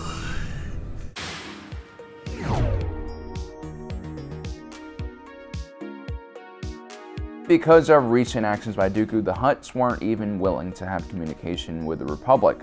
They thought that Anakin and Ahsoka had killed the Hutt baby, but Padme had connections with Jabba's Uncle Zero on Coruscant, which she thinks could help her potentially start up talks again between the Hutts and the Republic. Unbeknownst to Padme, Zero the Hutt had actually helped Count Dooku and Asajj Ventress kidnap Rhoda in the first place. Zero was a pretty ambitious Hutt and he wanted a seat on the Hutt Council, but unfortunately his nephew Jabba was standing in the way. Sitting in the way. The Hutts were a really ruthless race of slugs. They had evolved on a toxic world full of dangerous predators, which is why their culture is so cutthroat. But the Hutts had realized pretty early on that continuous backstabbing and infighting would eventually doom their species, kind of like the ancient Sith Empire. So the Hutts established a ruling council made up of the 5 most powerful Hutt families. Any kind of action against another family was severely punished. That of course didn't prevent individuals like Zero from carrying out actions behind the council's back. Jabba at the time was one of the main leaders sitting on the council. Zero hoped a conflict between the Jedi and Republic would eventually end with the death of Jabba, which meant that his seat would be available for him to take over. This also meant that Senator Amidala's request for an audience with Jabba was exactly the opposite of what Zero wanted, so Zero politely asked Padme to leave when she arrives at his nightclub, which makes Padme more than a bit suspicious. Undeterred, she sneaks back in and witnesses Zero speaking to Count Dooku through the HoloNet. But before she can get away, Zero's goon catch her and imprison her.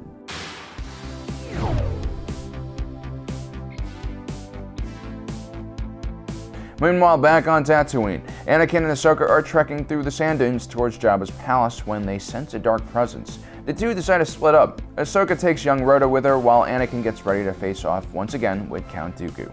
The last time they had fought, Anakin was still a Padawan and far less experienced and just as reckless as he was now. During that encounter, he had eaten a mouthful of Sith lightning and then lost his hand, which was replaced with a superior robot hand. Count Dooku had been using the incredibly deadly and rare Form 2 lightsaber technique, which was designed for dueling purposes. Anakin had just been a boy the last time they had met, but now the trials of combat have turned him into a man and a full-on Jedi Knight. And this time around, Anakin is ready for Dooku's Sith lightning attack.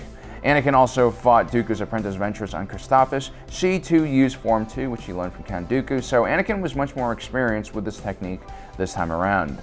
So Anakin starts off almost in a defensive mode, but still relies on his favorite technique, Form 5. As the battle goes on, Anakin begins to fuel his strikes more and more with anger and passion. It's not really what you want to see a Jedi doing, but Anakin has never been a conventional Jedi.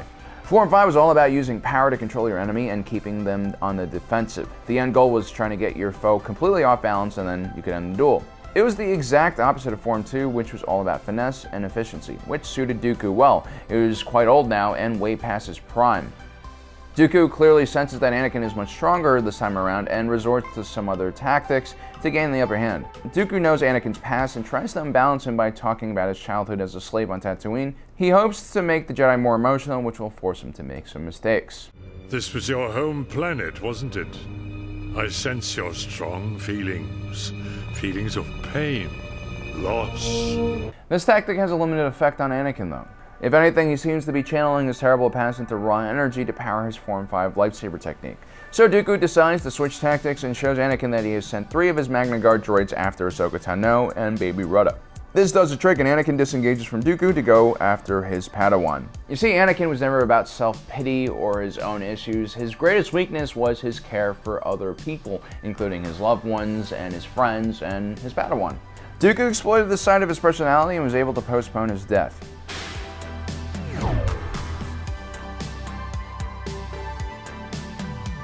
But even as a preteen and Padawan, Ahsoka Tano was quite skilled. She was definitely better at fighting than most Jedi her age. She was able to hold her own against the Magna Guard while still carrying the baby Hutt in her backpack. Ahsoka used the modified Form 5 lightsaber technique similar to the one Anakin does, but she usually held her lightsabers with a reverse grip. She also had a lot of training with quarterstaffs, which is probably why she was able to hold her own against 3 Magna Guards.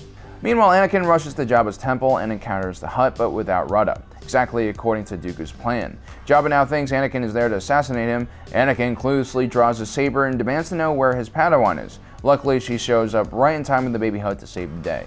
Back on Coruscant, Padme has managed to contact C-3PO from Zero's prison. The protocol droid then leads a squad of clones to Zero's nightclub and then rescues the senator just in time for her to place a call to Jabba. She explains that Jabba, that Zero, and Count Dooku are actually the ones behind the kidnapping. This makes Jabba furious and he immediately agrees to allow Republic forces to use Hutt hyperspace lanes. So now the Republic has successfully secured a route from the core Republic worlds to the Outer Rim through Hutt space. They now have the ability to strike out at several Separatist worlds from multiple locations, which is a good thing because the battle in the Outer Rim is about to heat up. In our next episode, we're going to head over to Ryloth, one of the most exploited and most occupied planets in Star Wars history.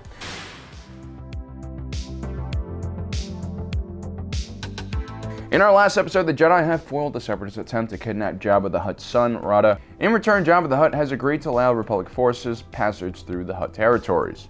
This finally reconnects the core Republic worlds to its troops besieged in the Outer Rim. Things are looking grim out there, especially on the world of Ryloth, where the local resistance fighters and clones are running short on ammunition, medical supplies, and food.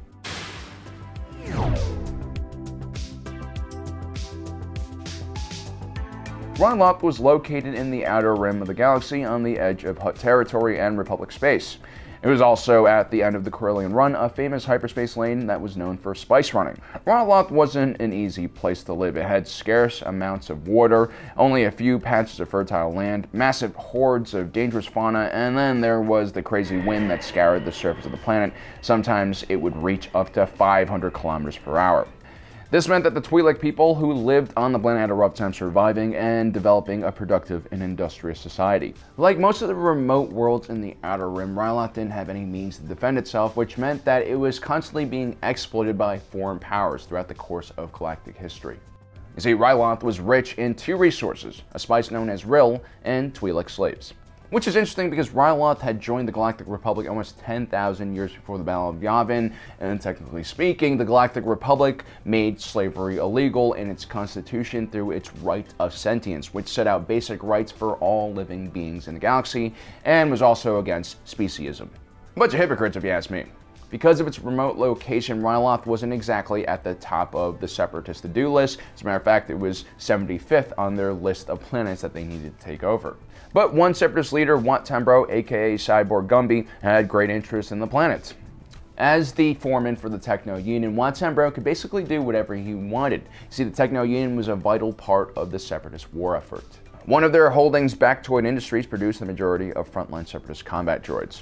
Wat Tambro was also the executive of Bactoid, so he was untouchable.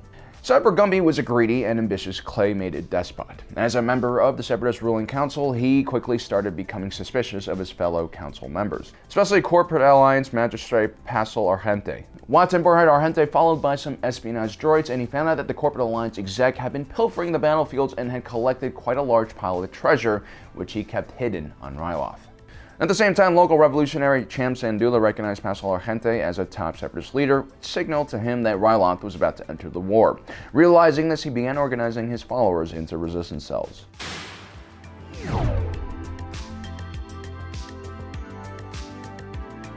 Syndulla was correct, and soon after, Wat Tambro arrived in orbit over Ryloth, with a Confederate fleet made up of two Munificent-class star frigates and a Lucre Hulk-class droid control ship. This was a relatively small fleet, but for a remote planet like Ryloth that had very limited defenses of their own, it was more than enough to take the planet. And soon, multiple Separatist landers reached the surface and started spilling out Separatist droids, which began targeting civilian locations. Classic Wat Tambro. While some Separatist leaders like Warm Loathsome fought with honor, others like Wat Tambro were complete monsters. It is possible this is because Wat Tambro is a chief executive of many different large corporations.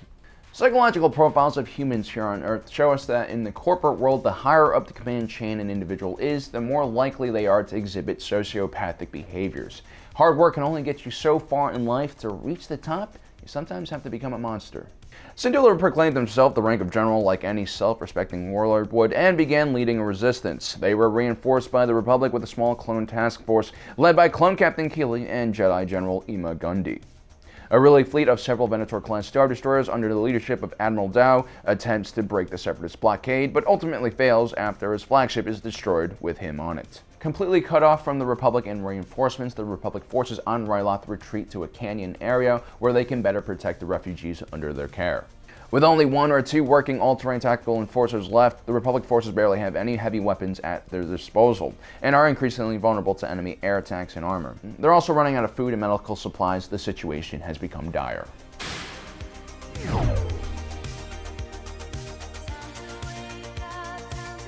Meanwhile, on Coruscant, Republic High Command scrambled to find a solution to this problem. Ryloth was so remote that there were no other fleets available in the region to assist them.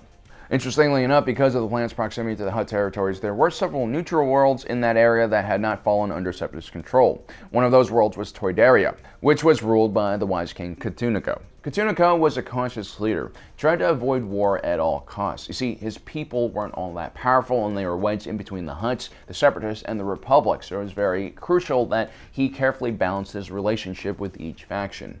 The Republic High Command had identified Toydaria as a viable location to stage a rescue and relief mission for Ryloth. The problem was they had to convince the king to allow the Republic to use their territory, which would technically void their neutrality in the war. Having just finished the relief mission on Christophsis, Senator Bail Organa is assigned to the mission, along with Junior Senator Jar Jar Binks of Naboo. Together they travel to Toydaria to meet with the king. But in the middle of their audience with King Cthulhu, they're interrupted by Trade Federation representative Lot Dodd. See, Count Dooku had found out about Organa's mission and sent the Neimoidian senator to block the Republic's relief mission. Lot Dodd reminded the king that allowing the Grand Army of the Republic to use their planet as a staging ground for a relief mission would blatantly void their planet's neutrality in the war. What's interesting about this is that Lot Dodd was still technically a Republic senator, and the Trade Federation was technically still a part of the Republic, but the leader of the Trade Federation, Newt Gunray, had openly committed himself to the Confederacy of Independent Systems. Lot Dodd would continue to go to the Republic Senate, and he claimed that Newt Gunray was an extremist that didn't represent his faction. The Republic most likely knew this was BS because there was a clear link between the Trade Federation and the Separatists. After all, the Separatist ships, droids, tanks, carriers, landers, fighters, they basically all looked the same as the ones the Trade Federation used during the blockade over Naboo. It didn't really take much to connect the dots. But still, they didn't kick Lot Dodd and the Trade Federation out because they didn't want to scare the remaining corporate factions still in the Republic. Anyway, the king is forced to deny the Republic's request for aid, but after the meeting is over, he once again meets with Organa and Binks and secretly tells them that he favors their humanitarian mission and will help them. But they must find a way to keep it hidden from Lot Dodd. So during a banquet, Jar Jar Binks does what he does best and clowns around distracting the Trade Federation representatives while Organa supervises the delivery of supplies to his personal ships. While Republic diplomatic ships were lightly armed and armored compared to a Venator-class Star Destroyer, they were also incredibly fast and usually equipped with large banks of thrusters. This made them ideal for blockade running.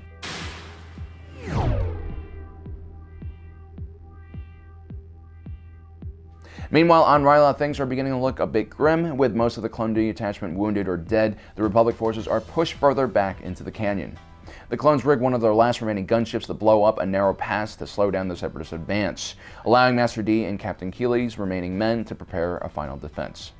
Sometimes we forget the Jedi, like the clones, were essentially forced from a young age to serve the Republic. Although the Jedi had a choice to lead the Order, they generally didn't because they were indoctrinated at a young age, and it was the only life they really knew. In a way, the Jedi were more similar to the clones than they were to the average citizen of the Republic. Their course in life was already set, their future more or less decided. They would all be willing to give their life for the Republic. Ultimately, all the clones and the Jedi Master would die, trying to prevent the Separatists from reaching the Twi'lek civilians. And just in time, 3 Pelta-class supply ships arrived delivering pods of supplies for the refugees, allowing Syndulla's resistance to live and fight another day.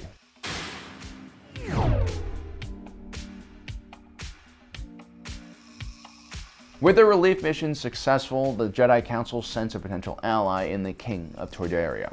The next step was to fully secure an alliance with the Toydarians and hopefully even build a military base on the planet. Technically speaking, the Toydarians were in Hutt space, but the Hutts had a very laissez-faire approach to dealing with their territory. At this point, the Hutts had already given the JAR military access to their hyperspace lanes, but asking the Toydarians to build a base on their planet was something else. It would completely void their neutrality in the war. Although Lot Dodd eventually found out about Ryloth's relief mission, he was still unable to prove the Toydarians' complicity in the plan. Still, the king realized he was playing a dangerous game, and sooner or later, he would have to choose a side. So the Republic sends Minister Yoda on a secret mission to the moon of Toydaria, Rugozo, to meet with King Cthulhu. King Cthulhu was first and foremost concerned about keeping his people safe. He needed a guarantee from Yoda and the Republic that they would be able to defeat the Separatists should they come. And things don't start out as planned. As Yoda arrives in the system, his ship immediately takes fire from 2 Separatist ships, forcing him to take an escape pod to the moon's surface, along with 3 clones. Asajj Ventress has also arrived on behalf of Count Dooku and the Separatist Alliance. She's trying to convince King Kanuko that the Republic are far too weak to defeat the Separatists. She also brought along an entire battalion of droids onto the planet in order to reinforce her point. Eventually, Yoda contacts the King via holocom. He's still alive and still in the game. At this point, Ventress proposes a deal. If her battle droids are able to stop Yoda from reaching them, then the Toydarians will join the Separatists. If Yoda succeeds on reaching them, then the Toydarians can join the Republic. King Kanuko and Yoda agree to this wager. Now, I know I say a lot of bad things about the Jedi and their incompetence, but Yoda was simply at another level, and he led the 3 clones to a victory against incredible odds. Asajj Ventress had hundreds of droids, dozens of tanks, yet Yoda and his clones ultimately prevailed. It's impressive enough of a display that Kanuko agrees to join the Republic immediately. This of course really pisses off Dooku, who orders Ventress to kill the King, but before she is able to, Master Yoda parries the killing blow. At this point, Ventress finally realizes just how outmatched she is and escapes off the moon. King Kanuko was a wise leader. Instead of leaving his people to suffer the same fate as the people of Ryloth or Christophsis, he was able to minimize damage to his own world by walking a fine political tightrope between the Separatists and Republic. And when he sees an agreeable solution, he takes advantage of it very quickly. I really like King Kanuko because he's a very rational and patient leader who always puts his people first, but he isn't without compassion for other beings. Meanwhile, the war on Ryloth continues to rage on, but before we cover that, in the core region of the galaxy, several Republic ships have disappeared after encountering a gigantic, mysterious Separatist Alliance ship.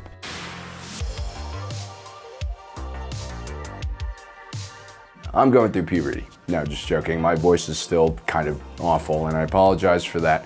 Luckily, the range of my voice where Morgan Freeman resides is still active, so I'm going to have him help us basically narrate this video.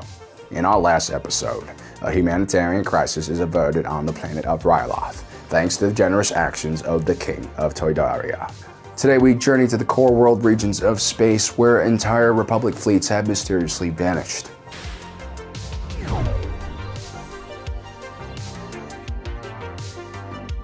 Now, something that I like to routinely remind people when talking about the Clone Wars is the fact that Chancellor Palpatine is constantly playing both sides of the war. Obviously, he needed to take great care to cover his tracks, which limits his opportunities to have an impact. But nonetheless, throughout the war, he feeds enough information to the Separatists to make them seem incredibly dangerous, which consequently also increases his own executive power and the power of the Grand Army of the Republic. So let's set the scene. The war is only months old, and the Republic Navy is suddenly losing entire patrols and fleets without warning. So it's almost as if there's some giant monster hiding in the shadows of the galaxy, basically eating Republic ships, and that's what some of the less reputable Holo News networks are basically reporting, which is creating hysteria throughout the entire galaxy, not just for clone sailors, but also for civilians who are traveling from system to system. Remember when that Air Asia flight disappeared a few years back, and CNN was talking about alien abductions? Well, imagine that, but 10 times worse, because not only are civilian ships disappearing, but so are state-of-the-art military ships with all sorts of weapons and defenses, which are supposed to protect them from basically any threat.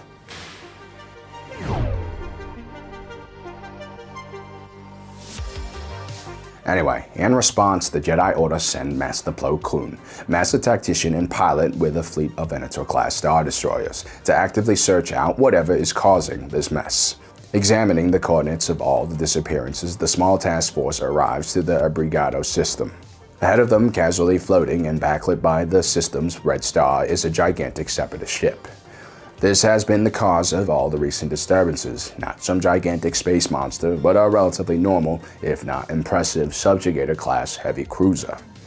While not the most common ship in the Separatist arsenal, it was a catalog Separatist ship created by Free DAC Volunteers Engineering Corps. For those who don't know, DAC is what the Quarrens call Mon Cala, a planet which they shared with the Mon Calamari. The squid, like Quarrens, didn't really get along with the Mon Calamari, and during the Clone Wars, they would side with the Separatists, and the Mon Cala would side with the Republic, creating essentially a civil war on the planet.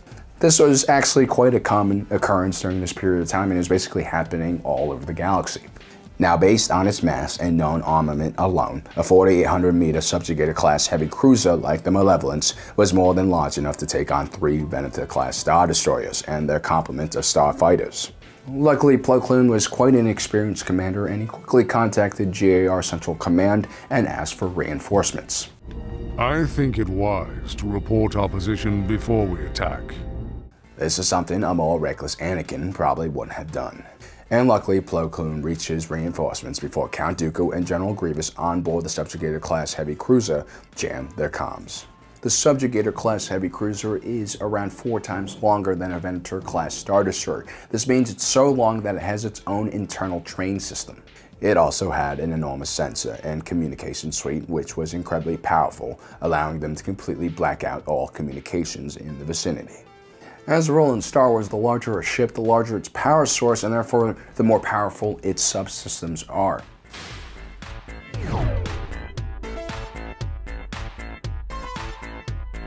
But what really made the Malevolence so dangerous were the gigantic discs that sat on both sides of the cruiser at midship. These were actually a pair of the largest ion cannons ever created. Ion weapons fire disruptive particles, which were able to disable any electrical or computer system it encountered, while leaving all organic life safe and sound. The scale of this ion cannon meant that not only was it incredibly powerful, but the size of the pulse was kilometers wide and incredibly hard to avoid, especially if you didn't expect it to fire upon you. And that's exactly what happens to Plo Koon's fleet. Arranged in attack formation, they weren't able to maneuver in time to avoid the Malevolence's giant ion pulse. This was partly due to the fact that the Republic fleet was clearly out of the range of traditional turbo laser fire, but what they didn't know was that the Malevolence's giant ion cannon had even a longer range than a turbo laser. And so quickly, all 3 Venator-class Star Destroyers in Plo Koon's fleet were struck by a massive ion pulse and disabled. Because ion pulses left organics untouched, this meant that repair crews could quickly tackle any problems with the most crucial systems on board.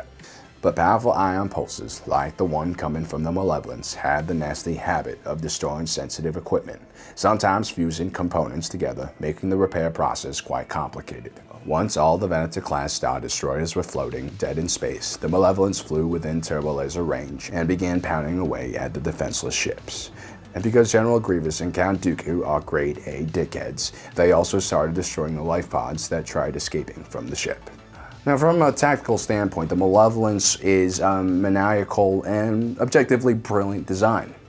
Because no one was able to survive an encounter with it, it also meant that no one could figure out a way to defeat it.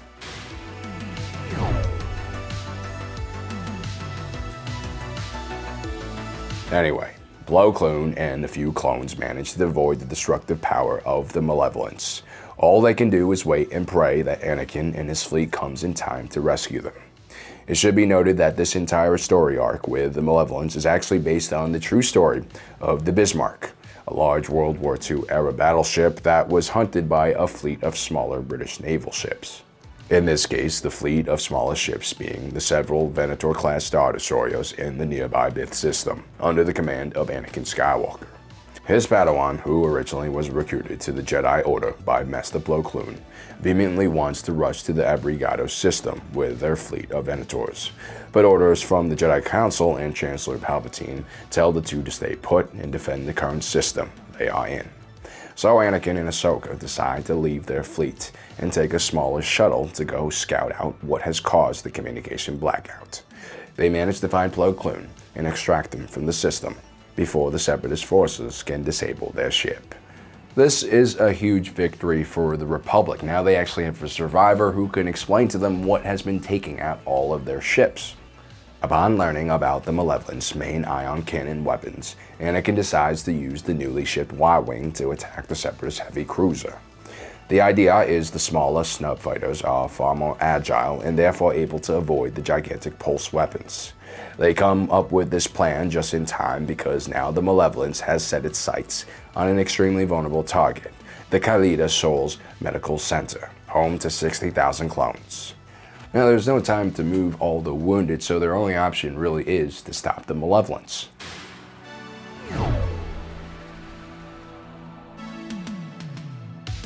Armed with the knowledge of how the Malevolence's main weapon functioned, Anakin was able to lead a group of Y-Wings into battle and mostly avoid the ion cannon. The problem they now faced was that the Subjugator-class heavy cruiser was massive, so even the turbo lasers and proton torpedoes they were able to hit it with weren't able to do much damage at all.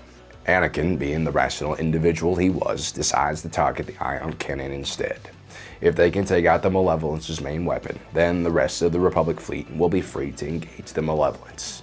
And with almost half of his fighters down, Anakin manages to strike the ion cannon while it's charging up and completely disables it. Now the chase is on and the hunter is being hunted. Even with the subjugated heavy cruiser's main weapon disabled, the turbo lasers from the Republic fleet is still barely able to make a dent in the Separatist ship. What results is an O.J. Simpson-like slow-motion chase across the system. For now, the Malevolence is able to keep itself just ahead of the Republic fleet, but they are just delaying the inevitable. And more importantly, the vulnerable clone medical station has been spared from destruction. Now remember before when we mentioned that Palpatine is constantly playing both sides of the war. Sometimes it's relatively hard to see where his influence lies, but in this scenario, it's very clear. Chancellor Palpatine recognizes that he's about to lose General Grievous, a vital part of the war effort. So he concocts one of his typical evil genius plans by sending one Senator Padme Amidala right into the middle of the fray. Well, actually, she thinks she's on a mission to the intergalactic banking clans. You see, Chancellor Palpatine himself had given Padme hyperspace coordinates for this so-called secret meeting. Those coordinates, however, were bogus and put her directly in the path of the Malevolence. I don't really understand how the Jedi and Padme don't really connect the dots here. I mean, it's very clear that Palpatine has just fed her directly to General Grievous in his moment of need, and has given him a hostage that will buy him the extra time he needs. And that's exactly what Grievous does. He grabs onto Padme's ship with a tractor beam, complicating the situation. Padme is really the perfect hostage for this scenario. Palpatine was one of the few individuals who knew just what Padme meant to Anakin, who conveniently was commanding the Republic forces in this battle. Although Padme doesn't want Anakin to halt the attack on the ship that she's now currently being held as hostage on, we know Anakin can't really do that. And Anakin predictably calls for the Republic fleet to cease firing on the Malevolence and quickly puts together a rescue mission. Meanwhile, on the ship, Padme is no damsel in distress and booby traps her own ship to explode and goes into hiding in the massive subjugator-class heavy cruiser. Anakin and Obi-Wan board the Malevolence. Their mission is now to find the missing senator.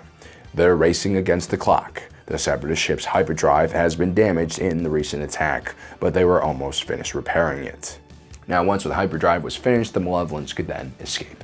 While Anakin and Padme fight their way towards one another, Obi-Wan Kenobi confront General Grievous. Obi-Wan Kenobi's defensive fighting style is the perfect foil for General Grievous's more aggressive multiple limb attack style. But Obi-Wan realizes he's outnumbered and leads Grievous on a chase around the ship, distracting him long enough for Anakin and Padme to make it onto the bridge of the Malevolence, where they sabotage the nav computer. The next time someone activates the hyperdrive, it will send the ship headfirst into a nearby moon, which is exactly what happens. Unfortunately, General Grievous survives this encounter, but nonetheless, this is still a huge victory for Republic forces. And thus ends the story of the Malevolence. In our next episode, we're going to be looking at the Separatist plan to attack the clone homeworld of Kamino.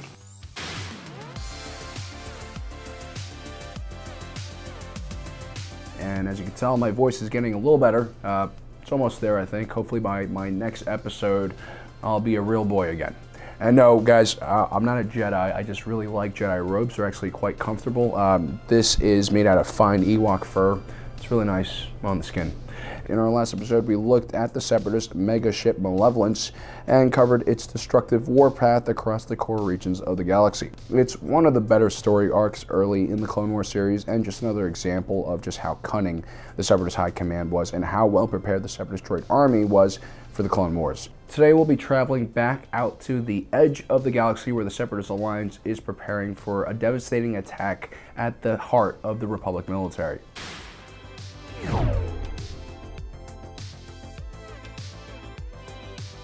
Now, one of the biggest liabilities that the Grand Army of the Republic had was the fact that its entire army of clones only had one production and training center, the world of Kamino. In Legends, in the latter years of the War, the Republic would construct other types of cloning facilities like the Spartai cloning facilities, which were constructed on the moon of Coruscant. However, in canon, we don't really see the Republic do this at all. So a clear target for the Separatists would naturally be the world of Kamino. More than a decade before the Clone Wars had started, however, Kamino had been removed from most Republic star maps in preparation for the creation of the secret clone army. Once the Clone Wars started, Kamino would naturally be easier to find, especially with the huge amount of traffic coming out of the system. Also, if Palpatine knows about something, then most likely that knowledge has been passed on to Count Dooku as well. But Kamino wasn't completely defenseless, of course. It was located in a relatively isolated area of the galaxy at the southern end of what was known as the Rishi Maze. The Rishi Maze is actually what is known as a dwarf galaxy, and it revolved around the wider Star Wars galaxy. The only reliable hyperspace lane from the core region of the galaxy ended in the Rishi system, which served as basically a gateway to the entire area. Because all traffic leading to Kamino would eventually go through this system, the Republic established a small base on the Rishi moon. This was a pretty basic station and had only a skeleton crew manning it. The station constantly sent an all-clear signal to Kamino and Central Republic Command. If anything interrupted the signal, Kamino and its local defense fleet would go into high alert.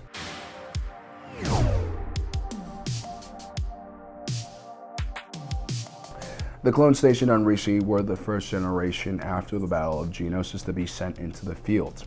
Unlike their first generation brothers, their training was a bit rushed because of the high demand for clone troopers all across the galaxy. At the Battle of Geonosis, the Separatist droid army already outnumbered the clones 4,000,000 to 200,000, a gap that was rapidly growing each day because of how easy it was to manufacture a battle droid. Commanding the base was Sergeant O'Niner, a survivor of the Battle of Geonosis. Under his command were members of the training squadron known as Domino Squad, which was made up of Heavy 5's Echo, Droid Bait, and Cut Up. Domino Squad is probably one of the most famous squads of clone troopers in the Clone Wars series. We'll visit them a lot throughout the entire course of the war. On Kamino, Domino Squad had some severe problems in training sims due to a lack of unit cohesion. This was actually quite uncommon for clones and was most likely due to the strong individual personalities of all the clones in the unit. CT-782 Heavy was an overly aggressive trooper who oftentimes charged the enemy without backup or any consideration for his own safety or the safety of his own men. His preferred weapon was the Z6 Rotary Blaster, a squad support weapon that he naturally liked to wield by himself. Then there was CT-1409 Echo, who was named Echo because he liked to repeat orders from superiors. This naturally pissed off his fellow squadmates a lot. CT-5555, or Fives as he was known, was probably one of the more easygoing clones in this unit and would have naturally fit in well with any other squad. CT-4040 Cut Up was a complete smartass and oftentimes crossed the line when talking to commanding officers. Lastly, there was CT-2010, or Droid Bait, who seemed to always get gunned down first during the training assignments. During their training at Kamino, bounty hunters were brought in to train Domino Squad and hopefully speed up their graduation to field duty. This actually wasn't all that different from Legends, where Jango Fett basically brought in Mandalorian bounty hunters to train the Commando clones. Domino Squad would eventually sort out all of their problems and graduated just in time to ship off onto Rishi. And it's a good thing that they did get their heads on straight, because if they didn't, they would have joined all the other defective droids in maintenance.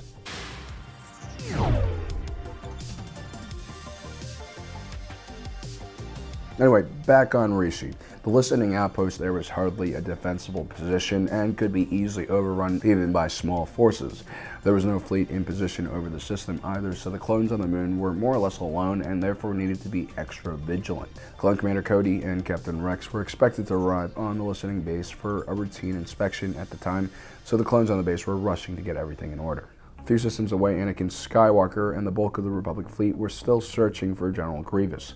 The Separatist leader had recently escaped from the Republic after his flagship, the Malevolence, had crashed into a moon. It was vital that they found the cunning general before he struck at the Republic again. Little did they know, General Grievous was actually preparing a devastating attack against Kamino, but first they would need to bypass the Rishi station without triggering the alarm system there. The Separatists knew they had to take out all the clones before they were able to erase the all-clear signal. As usual, General Grievous came up with a very cunning plan. Disguised as a meteor shower, a squadron of droid commandos were covertly inserted onto the moon. Sergeant O'Niner sends out a clone trooper to inspect the meteor strike for any potential damage to the installation, and the clone is immediately ambushed by a droid commando. Now, the BX series commando droids were far superior to the B-1 battle droids that the Separatist army deployed en masse. The BX droids were not only sturdier, but they also had improved battlefield awareness and combat tactics. This allowed them to be far less predictable than other droids and at the same time adapt to enemy tactics. The BX droids were also extremely agile and fast and were expert melee fighters. Their improved armor allowed them to take several blaster bolts before going down, which actually made them incredibly difficult to take down. While a clone trooper was far superior to a B-1 battle droid, they arguably met their match when it came to the BX droids. Because of their commando duties, the BX droids could also change their vocabulators in order to imitate clones. After quietly taking out the scout, the Separatist commando droids are able to break into the base and quickly kill several clones, including Sergeant Niner and Droid Bates. Heavy 5's Echo and Cut-Up manage to escape the base before it completely is overrun by hiding in a maintenance shaft. The commando droids manage to take the entire base before the clones manage to shut down the all-clear signal. The mission is a huge success for the droids, and they contact General Grievous, updating him on the situation. The remaining rookie clones must regroup themselves. They realize that they have to find a way to contact the Republic because Kamino is completely blind right now, and there are tons of clone cadets on the planet, including a lot of children who can't really defend themselves. But before they can make a move, a Republic shuttle arrives with Captain Rex and Commander Cody on their routine checkup. The commando droids pick up a clone helmet and adjust their vocabulators to sound like a clone and try to convince Rex and Cody that everything is fine and that they don't need to come inspect the base. The clones, however, aren't convinced and head to the surface anyway, where they are greeted by a commando droid in complete clone armor. The two veteran clones immediately realize something is off. Meanwhile, the surviving clones then launch a red flare, confirming their suspicions, and buy Commander Cody and Captain Rex just enough time to escape an ambush by the Separatist commando droids, which also happens to destroy their ship.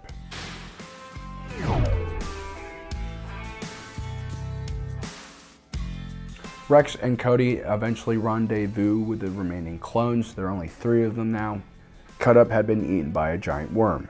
The clones have to come up with a plan very quickly because they're kind of running out of time to warn Kamino. The good news was that the Separatist droids were unaware any surviving clones were left on the moon, so the clones now have the element of surprise on their side. They use the same tactics that the Separatist commando droids did and pretend to be droids in order to get the Separatists to open up the doors. And just as quickly, the clones retake the base from the Separatists. Once they have control of the scanners, the clones detect a gigantic fleet passing over the moon. General Grievous is on the way to attack Kamino, but because he's lost contact with the Rishi listening post, he sends reinforcements to go check out exactly what is going on. The clones, now realizing that Grievous is on the way to take out Kamino, must somehow warn the Republic about the Separatist fleet. Meanwhile, an entire Separatist lander is deployed with hundreds of droids, forcing the remaining clones to scramble to put together a makeshift defense. But against such numbers, victory was hopeless. And because the Separatists had managed to sabotage the all-clear signal, the clones couldn't figure out a way to shut it down.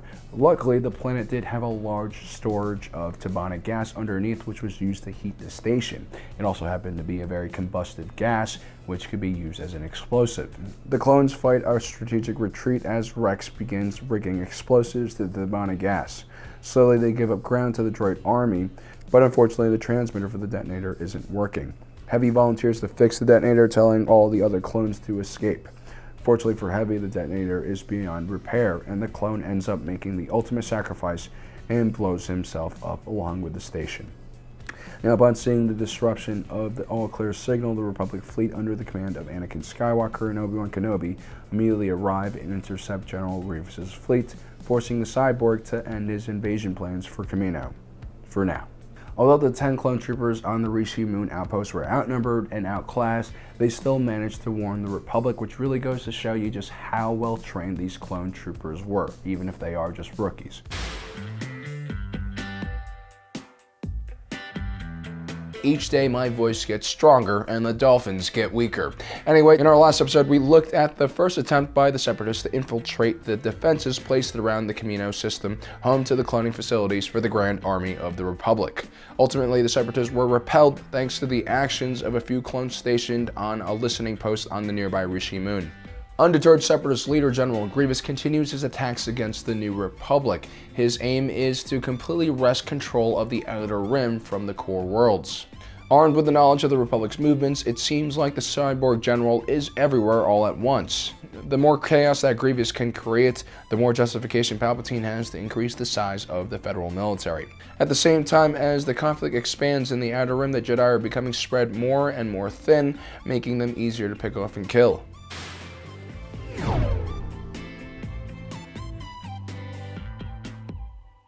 After hastily retreating from the battle that took place over Rishi's moon, General Grievous once again appears on the world of Faline.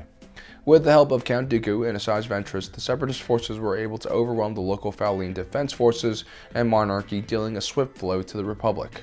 All 8 Jedi sent to the planet along with the entire Republic force are completely decimated and destroyed.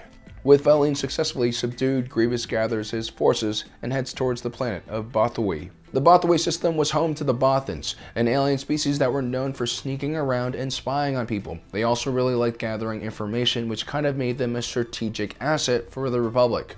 With Grievous on a roll since his defeat in the Rishi system, it was once again up to Anakin Skywalker to step up and defeat him. It's up to the young Jedi to defend the Bothawui system, but his depleted fleet is clearly outnumbered by Grievous. Despite being advised by Obi-Wan Kenobi to withdraw, Anakin decides to stay. He has some very unorthodox and characteristically risky plans that might just help the Republic keep Bothawui out of Grievous's hands.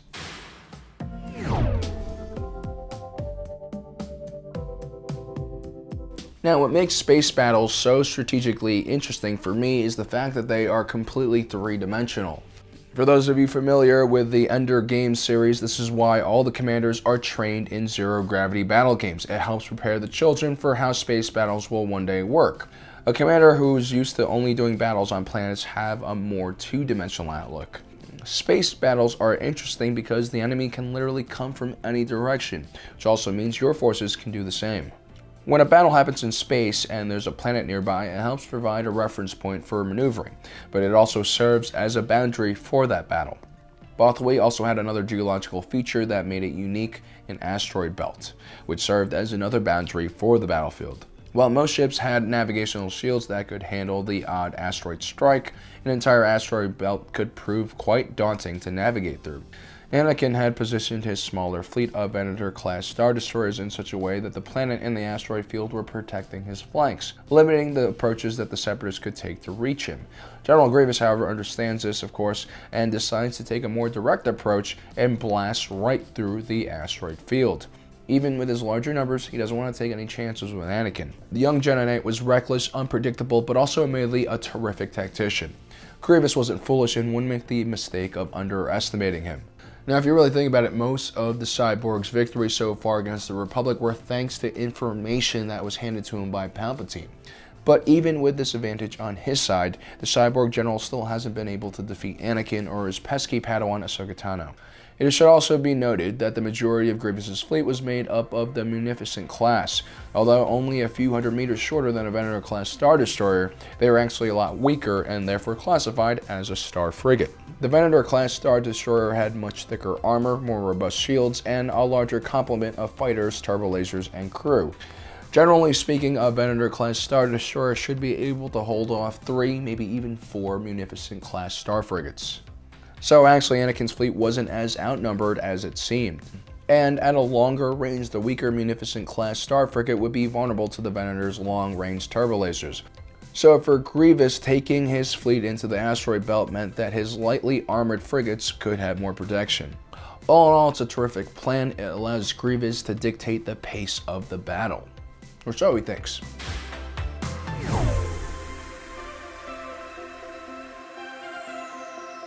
Anakin still has an ace up his sleeve, something he's not willing to let Grievous know about just yet, so he acts like any commander does when he's surprised by his opponent's moves. He deploys his starfighters to locate and screen the enemy forces to figure out what they're doing. Anakin takes the lead position himself in his fighters so that he can have eyes on the situation. Long-range scanners don't really work that well in an asteroid field, so he must do the reconnaissance all by himself. General Grievous comes within range of the first Republic Star Destroyer and immediately starts to fire from behind the safety of the asteroid belt. It seems for the moment that the Cyborg's maneuver has paid off. One of the Venator-class Star Destroyers takes a direct hit to the bridge, which causes the ship to drift towards Bothawui's gravity well. and a few of the Republic starfighters get destroyed as well. Encouraged by the damage he is causing, General Grievous increases the speed of his assault, which is exactly what Anakin wants the Separatists to do. You see, every Venator-class Star Destroyer carries around 24 ATTE walkers. These were usually used as armored transport or assault vehicles and fire support during ground operations.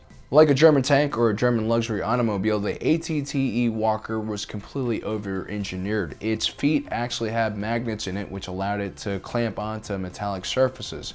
It also had claws which allowed it to climb up almost vertical cliff faces. A few episodes we examined the Battle of Teth where the ATTEs literally did that. The other thing that made the ATTE so unique was the fact that its cabin was completely pressurized with oxygen. This was partly due to the fact that the ATTE was originally designed to patrol asteroids and other worlds without atmospheres, and it was also used to protect the clones from gas attacks and chemical warfare. This also consequently meant the ATTE could technically function in space. So before the Battle of Batu had started, Anakin had actually deployed several ATTEs into the asteroid field by using the LAAT gunships on board the Venators.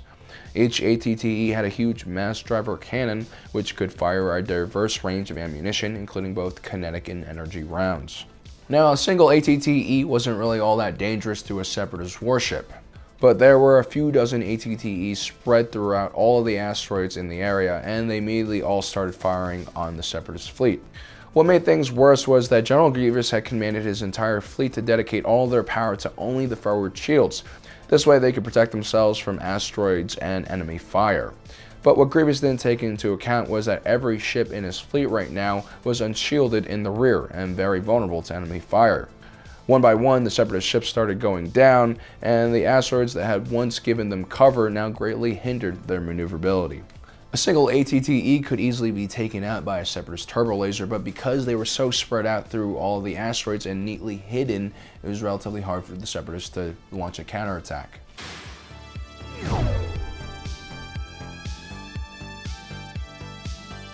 General Grievous, sensing the battle spiraling out of his control, boards his personal ship and tries to flee the battle again, which is actually probably why he's such a cunning leader. The fact that he can sense when the battle is going wrong means that he usually survives the battle, and if he can survive multiple battles, you'll eventually learn something and gain experience. This is also a very important life lesson. Anyway, Anakin Skywalker sees Grievous running away and guns his own starfighters after him. The pursuit is on. But before Anakin is able to close the distance and get a kill shot, his own starfighter is disabled. Luckily, Captain Rex manages to recover Anakin, and by the time he wakes up in the infirmary, the battle was already won. Sure, General Grievous had escaped, but most of the Separatist fleet was destroyed, and Batu was now safe.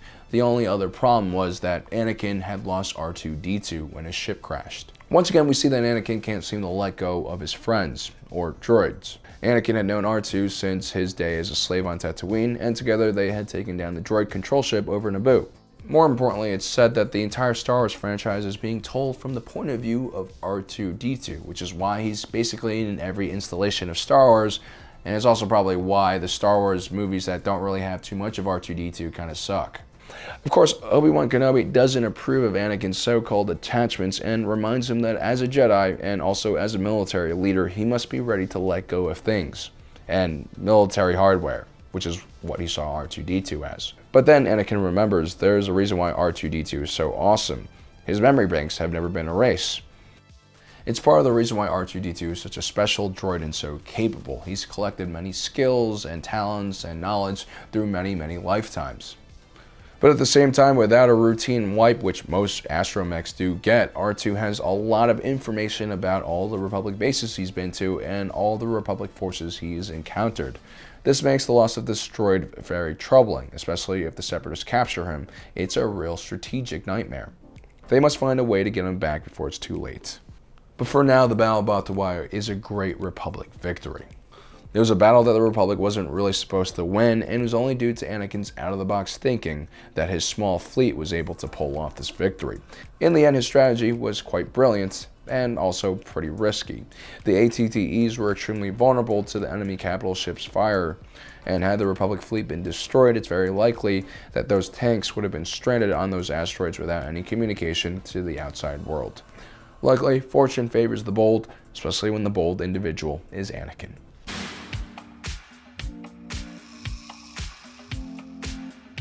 Anyway, Anakin Skywalker has once again thwarted General Grievous' assault on the planet of Batuu with some brilliant tactics. Unfortunately, in the middle of the battle, his starship was disabled, and although the Jedi survived, his astromech R2-D2 is nowhere to be found. This is a huge problem because, first, the entire Star Wars saga is told from R2-D2's point of view.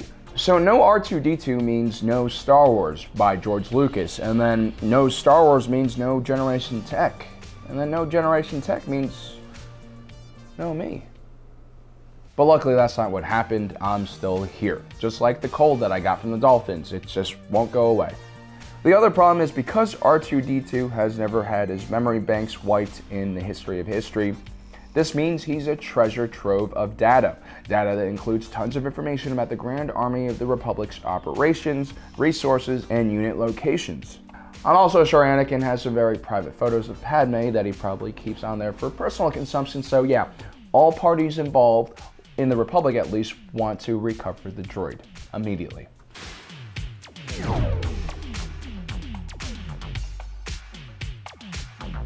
With much protest, Anakin is temporarily given a new astromech, a small R3 unit nicknamed Goldie by Anakin's Padawan Ahsoka. R3s are built on the success of R2s and had more computing power than an R2.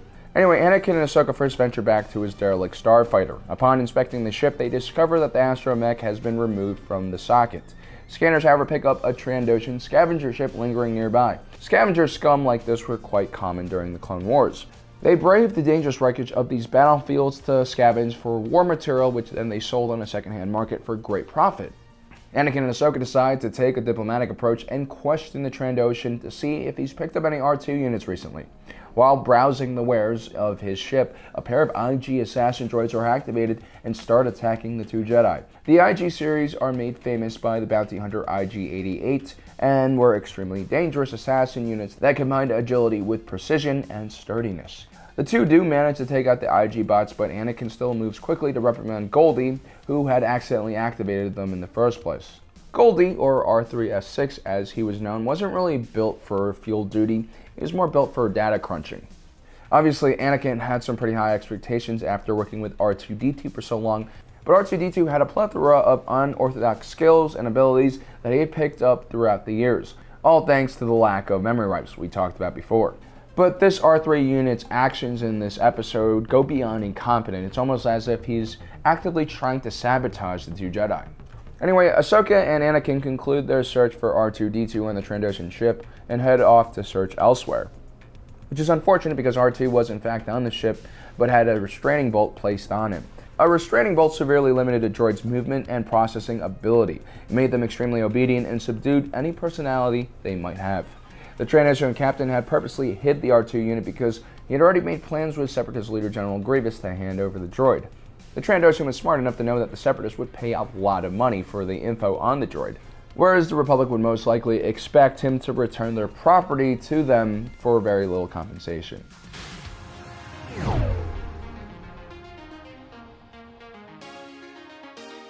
Meanwhile, Obi-Wan is briefing Anakin and Ahsoka about the current situation in the sector. It seems like General Grievous was somehow able to intercept Republic comms. He tells Anakin to write off R2 as a lost cause and goes search for the secret Separatist listening post. Ahsoka encourages her master to take along R3 for the mission so they can bond. Anakin then sets out in his starfighter with the astromech, who he now has named Stubby.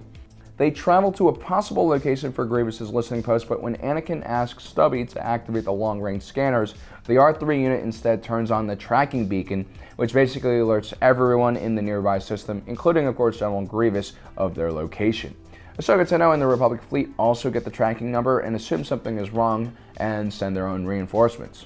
At this point, if I'm Anakin, I would jettison that R3 unit into a black hole or something equally as dangerous, because that R3 is definitely trying to get you killed. And then I would use my force abilities to navigate home. Probably going to be missing R2-D2 a lot by now. Speaking of astromechs, remember when we said R2-D2 had special skills? Well, along the way he also figured out it was quite easy to get a restraining bolt off with the right amount of leverage. The little droid managed to break free again and outsmarts an IG assassin droid by shooting it out of an airlock, but is recaptured immediately by the Trandoshan. Meanwhile, Anakin is trying his best to flee. Still docked into his hyperdrive ring, he should be able to make the jump within seconds. But of course, when he asks R3 to prepare the hyperdrive for a jump, the little droid instead undocks the hyperdrive ring. Look, Anakin, that's 3 times this droid has almost killed you. You gotta get rid of him at this point. But of course, Anakin doesn't have time for this, and he tries to go back to the ring, but it's destroyed immediately. Then he finds himself pursued by dozens of vulture droids. Meanwhile, R3 manages to disable the engines and lasers. Luckily, Ahsoka Tano comes with a freighter and saves Anakin just in time.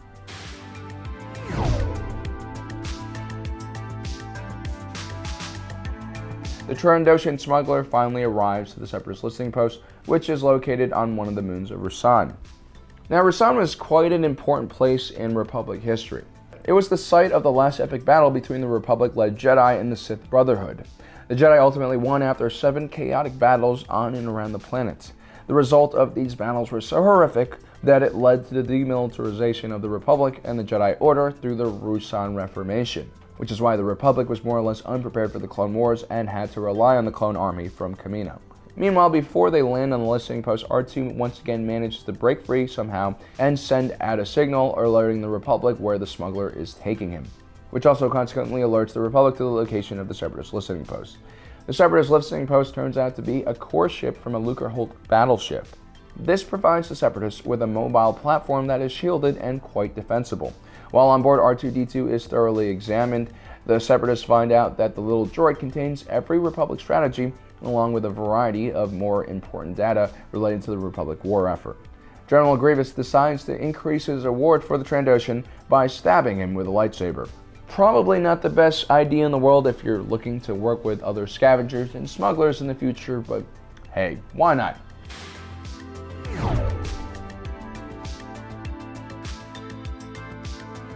Meanwhile, Anakin, Rex, and Ahsoka on board their freighter have tracked the little droid's signal and found the listening post. Obi-Wan's orders have been clear: wait for reinforcements before assaulting the listening post. But because R2-D2 was on the station, they kind of had to move quickly before the droid's memory banks were compromised. Obi-Wan wants Anakin to destroy the station, but of course Anakin wants to rescue his friend. So he decides that if he somehow is able to save R2-D2 before he destroys the listening post, then, well, everyone wins. Now, this is something I've always respected about Anakin. Sure, his attachments to things ultimately leads to his own destruction, but the Jedi had long forgotten what it meant to be a human, something that Anakin truly understood. Anakin was all heart. He always fought extremely hard to make sure that no man or woman or droid was ever left behind.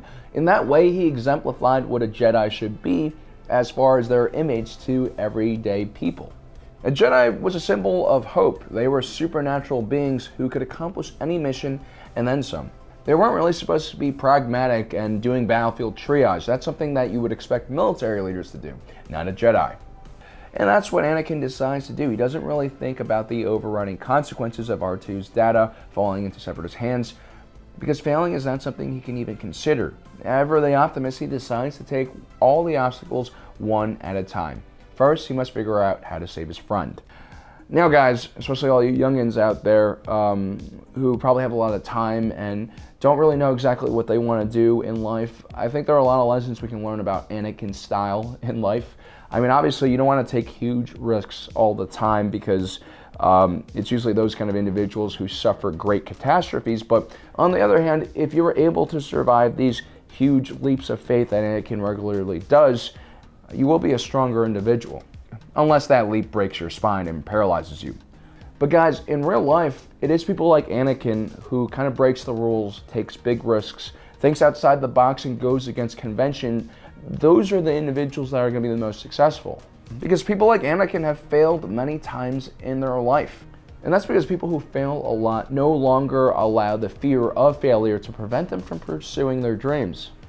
It's that same fear of failure and falling to the dark side that had rendered the Jedi Order completely incompetent and unable to change and face the challenges of the Clone Wars. Now, ultimately, Anakin is successful at saving R2-D2, and it's not only through his own efforts, he also gets help from Ahsoka and Captain Rex, who at this point are not only just subordinates, but true believers in Anakin. Even though they know he's disobeying orders by going after R2-D2, they believe in him and will follow him into whatever reckless mission he leads them on. And that's another thing we can really learn about Anakin. That's his leadership style. It's very different from the traditional model. If we look at today's rapidly changing workplace, it's no longer enough for a leader or manager to just depend on the structure and hierarchy that's been put into place. Corporate consolidation means, on average, today's worker is working more hours than ever and being paid salaries that haven't really kept up with that workload.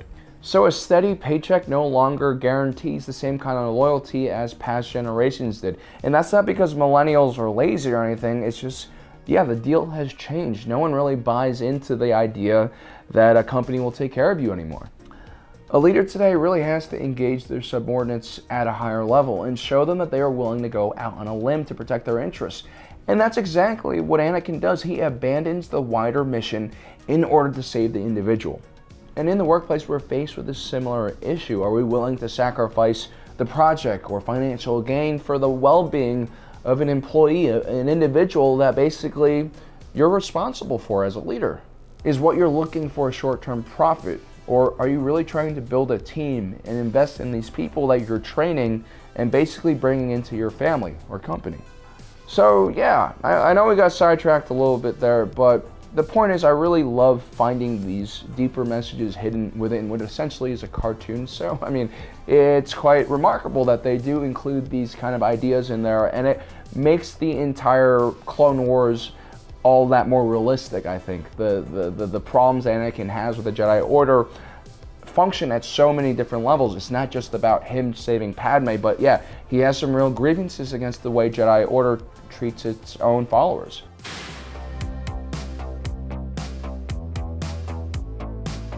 In our last episode, R2-D2 has been captured by General Grievous, and we see what great lengths Anakin will go to save his droid. It shows us what kind of individual Anakin was, and more importantly, how different he is from Obi-Wan Kenobi and the more mainstream views of the Jedi Council. It's only the beginning of a shift we'll see in Anakin as he drifts further and further away from the Jedi and closer to a completely different ideology.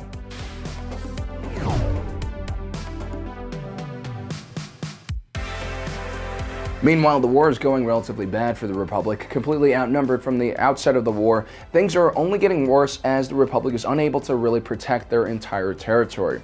If you think about it, even the Galactic Empire had some serious problems protecting the entire galaxy, even with their far larger navy and Death Star. The Separatist Alliance had the advantage of being on the offensive. They simply had to keep the Republic off balance and attack them where their strength wasn't. But the battles being fought between admirals and generals weren't the only battles going on in the galaxy. On another playing field, senators and diplomats from both sides courted neutral worlds and tried to use political favors and trade deals in the hope that these methods will succeed before blasters and tanks are necessary. Or so hoped idealists like Senator Padme Amidala of the Republic or Senator Mina Bonteri of the Confederacy. Shortly after the Battle of Batu Wai, Padme Amidala travels to the homeworld of the Rhodians, known as Rhodia. For those of you who don't know what a Rhodian is, Greedo is one. Rhodians, like Twi'leks, are commonly found in the rougher parts of the galaxy, doing the rougher jobs. It's not racist for me to say this, guys, it's specious, and it's also grounded in some truth. You see, Rhodia, like Ryloth, wasn't the most hospitable planet. It lay in the Outer Rim nearby Tatooine and the Twi'lek homeworld. Rhodia was once a humid jungle, rich in flora and fauna. But eventually, one lizard species developed the ability to walk on two legs, started using melee weapons, which then turned into guns, which then turned into bombs, and then, well, you had a modern society. But unfortunately for the Rhodians, they were degenerates, and they turned their entire world into a toxic wasteland, and the survivors had to retreat into domed cities. This naturally left Rhodia very vulnerable to major changes in the galaxy. They were no longer self-sufficient and depended on other planets for basic resources. Most recently, for instance, one of their supply convoys was destroyed by pirates, which created a food shortage crisis on their planet. The Rhodians had felt betrayed that the Republic was unable to stop the pirates or send any emergency supplies when they requested some. Senator Anaconda Farr represented the Rhodian people and also happened to be very close friends with Rui Nabari, former Naboo senator and father of Padme Amidala. The two were actually quite close allies, and growing up, Padme actually called Anaconda Uncle Ono. The senator had personally requested help from Padme after his pleas were ignored by the Republic. In defense of the Galactic Republic, their resources were already stretched thin across the galaxy. They were completely unprepared for the war. In a smaller world like Rhodia, in the outer rim of the galaxy and behind enemy lines, was kind of low priority for them at this point. As a matter of fact, Padme had greatly risked her life to come so far, especially without a military convoy. Her reasoning for coming so far without any kind of escort was that this was a mission of diplomacy and peace. Although she did bring Junior Senator from Naboo, the Gungan Jar Jar. After the invasion of Naboo and the heroic sacrifice of the Gungans, the Naboo had granted the swamp people representation in their planet affairs. Jar Jar Binks, for some reason, was chosen. I'm sure Chancellor Palpatine had some influence in the matter, but like R3 in our last episode, Jar Jar Binks was almost actively going out of the way to put Padme and the entire mission in danger. Upon arriving to the Rodian system, Jar Jar accidentally hits a button which almost destroys the ship. Padme, who is perhaps a little bit less trusting than Anakin, decides to keep the Gungan on the ship while she attends to the more delicate diplomacy matters. After all, Uncle Ono and her shared some very close personal ties, which will definitely help smooth over the talks.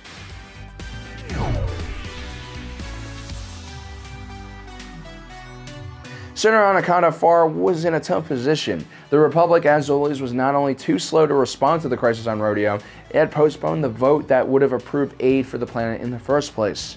With his constituents literally dying, Senator Farr had to get help any way he could. Although he was a staunch loyalist to the Republic and Padme, when Newt Gunray and the Trade Federation secretly approached the Rodians with a promise of immediate relief, there was nothing really the senator could do but save his people. And not only were the Separatists promising to give them emergency relief, they were also going to give them new trade ships to replace the ones that were destroyed and new warships that would guard their trade routes. The only problem with this deal was that Anaconda Farr had to attract Senator Amidala to the planet so that the Separatists could arrest her. Now, normally I would say it's kind of wrong to detain a political figure or a diplomat like Padme Amidala, but she's not really just a diplomat anymore, is she? At this point, we have to kind of accept that Padme is basically an enemy combatant hiding behind the guise of a senator. Just a few weeks ago, she was partly responsible for wiring the nav computer of a subjugator-class heavy cruiser, which led to it flying directly into a moon, destroying millions, if not billions, of credits worth of war material. Not really actions of a diplomat, more like that of a saboteur. But before we judge Senator Anaconda Farr as just another sketchy Rodian you want your kids hanging around, we have to understand that his people were literally dying from starvation. And we have to also understand that Newt Gunray, as usual, lied about the part where he wasn't going to harm Padme. I guess the question we have to ask is, would Uncle Ono still have done the same thing had he known the Trade Federation's true intentions? The one thing that is clear is you should really never trust any political deal that the Confederacy or the Trade Federation gives you. They're basically like telemarketers.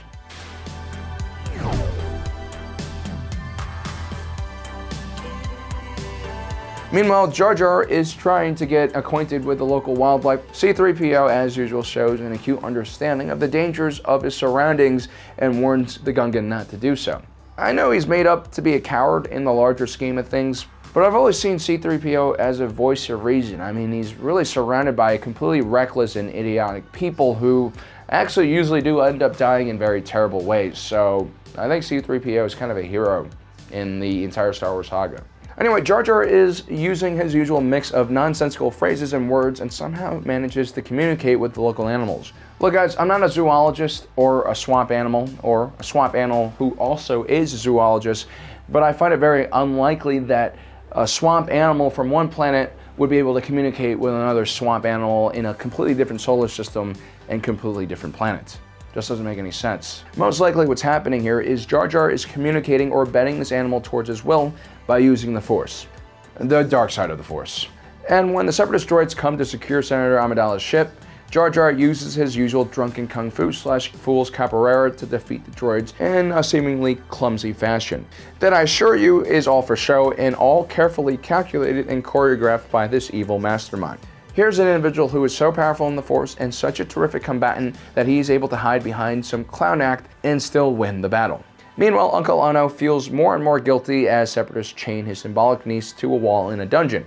He's probably having buyer's remorse at this point. But hey, he's an elected official and he really has to do what's right for his constituents before anything else. Because that's how it works in America. Meanwhile, Jar Jar has destroyed Senator Amidala's ship because that's what the guy does. The Gungan finds a pair of Jedi robes on board, most likely Anakin's, and proceeds to go on an epic rescue mission and bumps into Newt Gunray right as he arrives on the planet to take Padme into custody. The Separatists, of course, mistaken the Gungan for a Jedi and immediately go on high alert. By this point, Uncle Ono's buyer's remorse turns into, oh damn, I want my money back. He realizes that Nute Gunray doesn't just want to detain Padme, he wants to kill her. And worse yet, the Separatists won't even consider sending aid until Senator Padme is executed. But Padme again is no damsel in distress or a diplomat. She's an enemy combatant and a very capable one at that, and manages to escape herself. She links up with C-3PO and together the two formulate a plan. While Padme goes and helps Jar Jar, C-3PO goes to try to contact Republic forces and manages to do so right before he's captured. Padme is also captured, and together they're brought in front of Nute Gunray, who wants to execute them by droideka. But at the last minute, Jedi Jar Jar, or Sith Jar Jar more likely, comes to the rescue. In the skirmish that ensues, Senator Anakata gets hold of a blaster and has both Padme and Nute Gunray in his sights. He gets a second chance to choose a side in the war. Padme, never letting her emotions and revenge get in the way, seizes on the moment and gives Uncle Ono a way out by suggesting he had always meant to betray Nute Gunray to the Republic in the first place. And that's exactly what the Senator does. See, you can never trust a dirty Rodian. The Republic eventually arrives and Nute Gunray is taken into custody. Meanwhile, Senator Palpatine finally agrees to send some aid to the Rodians now that they've finally gotten the attention of the Republic. Interestingly enough, the capture of Nute Gunray doesn't imply that the entire Trade Federation has betrayed the Republic. Other members of the Trade Federation had devoured Gunray as an extremist. This, of course, is nonsense. The Trade Federation was definitely in cahoots with the Separatists. Everyone in the Republic more or less knew this, but that's just how desperate the Republic was. They couldn't afford to even lose a system that was actively betraying them. Now, things are already in freefall in the Outer Rim, and as bad as things are on Rhodia, at least their senator has connections to a plot-critical senator. Other planets like Mimbum have turned into gigantic wastelands strewn with body parts and droid parts.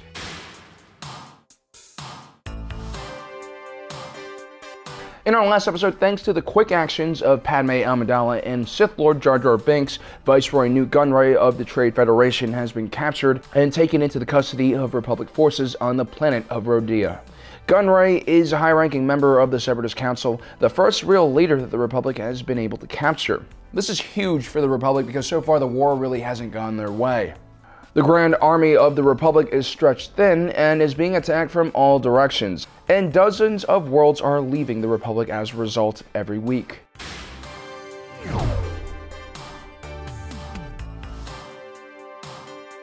Capturing Nute Gunray was a symbolic victory that the Republic needed to show that it was still in the fight, which is why the Senate not only sent an attachment of Senate commandos, but also Master Luminara Unduli and Ahsoka Tano on board the Republic Star Destroyer Tranquility to bring the war criminal back to Coruscant for trial.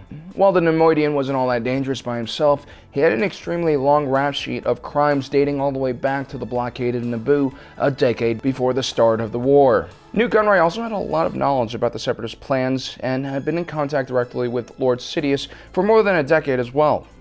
Plus, the Neimoidian was a self-serving coward and had very little loyalty to anyone but himself. This means he would crack very quickly under Republic interrogation. Which is why Darth Sidious, aka Palpy McScrotumface, tells Count Dooku about how big a liability Nute Gunray would be. Count Dooku, always a step ahead, had sent his best assassin aside Ventress to rescue or silence the Neimoidian. Unlike Anakin, Ventress had no qualms with killing a hostage. She was a hardened killer that had been cruelly shaped into a weapon by Count Dooku. Long ago, she had actually been a Jedi learner, but when her master was killed, she was left aimless and alone. But despite her immense skill as a combatant and as an assassin, she hasn't been all that successful against the Jedi, especially against Anakin Skywalker, Obi-Wan Kenobi, and Ahsoka Tano.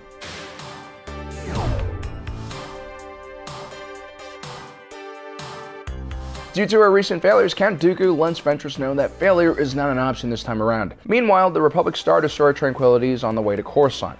The Jedi are attempting to interrogate Nute Gunray, but so far the Neimoidian has been surprisingly resilient. Most likely he fears the wrath of Darth Sidious more than he does the Republic. Also, the Jedi are not using enhanced force interrogation techniques for ethical reasons. The Jedi are attempting to find out who Nute Gunray's secret contacts in the Republic are and where they're based. There has been suspicion for quite some time now that the Confederacy has moles within the Republic government, potentially even in positions of high power. While Master Luminara slowly and calmly tries to bring out Nute Gunray's worst fears, Ahsoka Tano, passionate and hot-headed like her master, plays bad cop and brings a lightsaber up to the Neimoidian's throat, demanding he give them the information they're asking for. Despite Master Luminara's disapproval, it does seem to work on the cowardly Separatists, but before they can get another word out of him, they come under attack. The Separatist rescue mission is here, a swarm of Vulture droids along with boarding ships that latch onto the Tranquility, and soon fighting erupts inside the ship. Commander Gree and his squad of clones from Green Company along with Master Unduli go and confront the boarders, while Ahsoka and the Senate Commandos guard Gunray. Unlike normal infantry units in the GAR, the Senate Commandos were all non-clones, and a Special Forces branch of the Senate Guard, which protected the Republic's legislature and executive branch. They were kind of like the Secret Service, and had to undergo several background checks and years of training to earn their position, but they were more like a special police force rather than an actual combat unit. Upon hearing about the Separatist attack, Newt Gunray becomes unwilling to cooperate. He's hopeful of being rescued, but Ahsoka reminds the Neimoidian they could just be here to silence him permanently. The Separatist boarding ships are built with a hole-piercing mechanism that latches onto enemy ships and then disgorges several heavy super battle droids. I think this is a really cool design. It's kind of similar to the squid robots that the Separatists would use during the Battle of Kamino, and they basically function in a really good way because Separatist droids are not afraid of vacuum, so should the piercing mechanism actually fail, it doesn't really affect the droids all that much.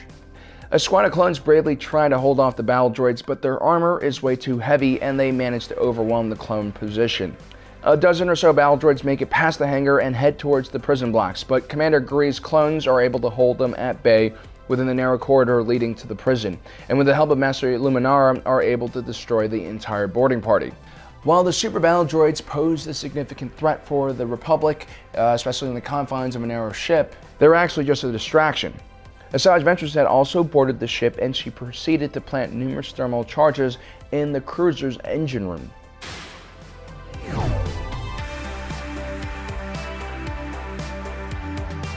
As Captain Argus of the Commando Guard informs Ahsoka about the destruction of the Separatist boarding party, Asajj Ventress pops through the vents of the prison block and begins taking out the Senate Commandos. In the tight confines of the prison blocks, the Commandos don't really stand a chance against the assassin, especially with their bulky and extremely long DC-15A blasters. Only Ahsoka Tano really has a chance of stopping Asajj Ventress, and while she is pretty skilled for her age and one day would become an extremely accomplished duelist, at this point she's still quite young and not as good as Ventress. Ahsoka Tano mainly used Form 5 or Xian, which is a more aggressive form of the defensively minded Form 3. But what made Ahsoka's lightsaber combat technique different was her unorthodox reverse grip. She was able to hold her own against most combatants, but Asajj Ventress proved to be way too much for her to handle. Asajj Ventress was trained in Dooku's Form 2 Makasi, specifically created for dueling single combatants. What made her different from Dooku was the fact that she dual-wielded lightsabers, which made the form less powerful but more relentless and rapid. Ventress, with some help from Gunray, is able to trap the young Padawan in the Neimoidian's prison cell. Luckily for the young Padawan, Master Unduli senses a disturbance in the Force, and so he arrives just in time to free Ahsoka and stop the Sith assassin. But just like Grievous, Ventress always has an escape plan and detonates her thermal charges in the engine room and uses the distraction to evade capture.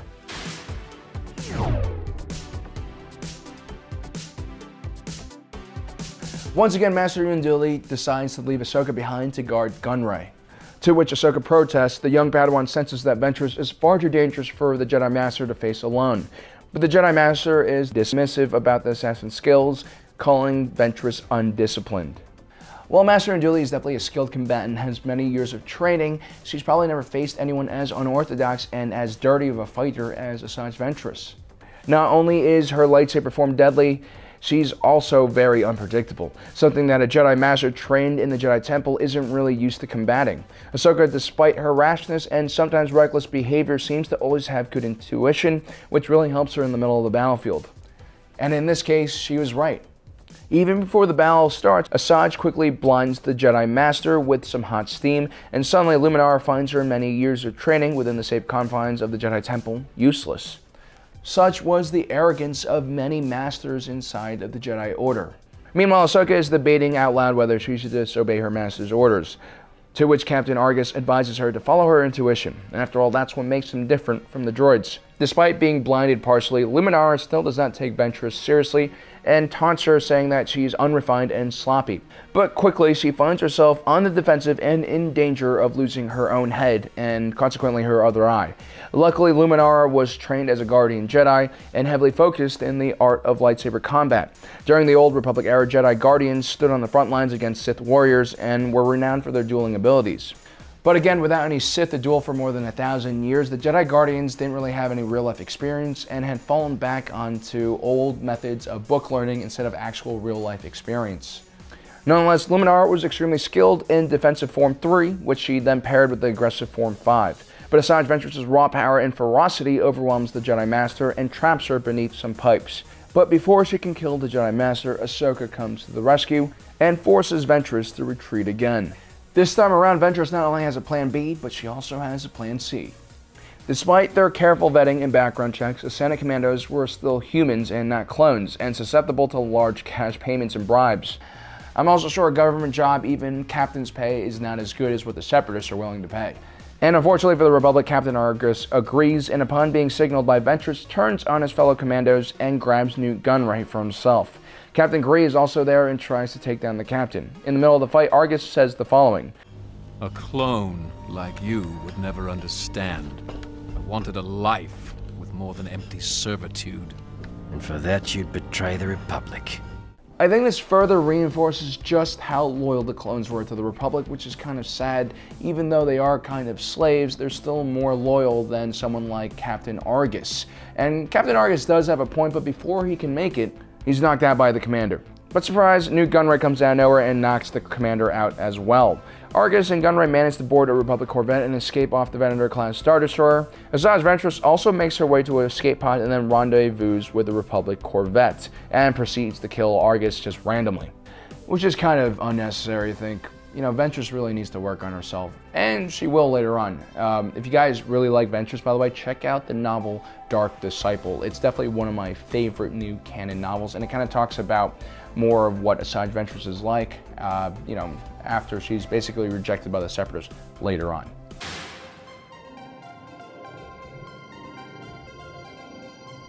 In our last episode, Viceroy Nute Gunray once again escapes from the grasp of the Republic thanks to the actions of Sith assassin Asajj Ventress. But the Viceroy hasn't made it all the way back to safety just yet, and the Jedi are in hot pursuit.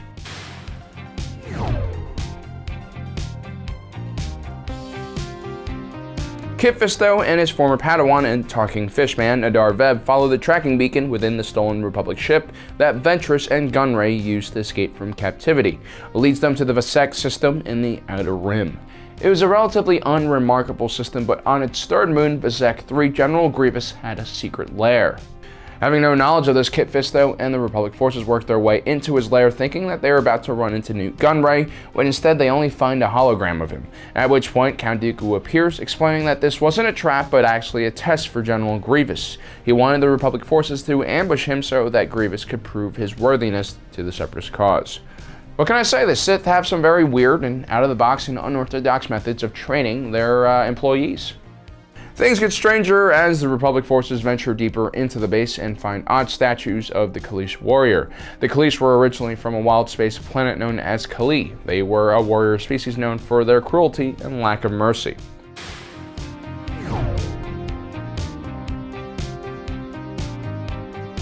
General Grievous was originally one of these Kaleesh warriors. At the time, the Kaleesh were fighting a war against a more technologically advanced insect species known by the Kaleesh as Hook, or soulless bugs. These soulless bugs were trying to enslave the Kaleesh, and despite the Kaleesh's warrior spirit, the Hook were winning because they had things like starships and tanks. It was just very one-sided, and millions of Kaleesh ended up getting enslaved. But Grievous and a small band of elite Kaleesh warriors were able to turn the tide against the Hook. But during his single-minded crusade against the Hook, he loses one of his close friends to the insects, which starts to drive him towards madness. Eventually, Grievous manages to kick the Hook off of their planet, and then starts invading the Hook homeworld, where he starts burning down population centers, at which point the Hook approach the Republic for aid and help. Now, for the most part, the Republic didn't get involved beyond the mid-rim of the galaxy because they simply didn't have a standing army or resources to do much anyway. On top of that, nothing in the Outer Rim usually was worth the journey in the eyes of core world politicians, which is why the Kaleesh were left to be enslaved by the Hook in the first place. But for some reason, the Republic decided to intervene in this situation and sent Jedi Knights to Hook and impose sanctions on the Kali, which destroyed their economy and imposed great tribulation on Grievous's people. With their entire planet on the verge of bankruptcy, Grievous decides to cut a deal with the intergalactic banking clan's leader, Sam Hill.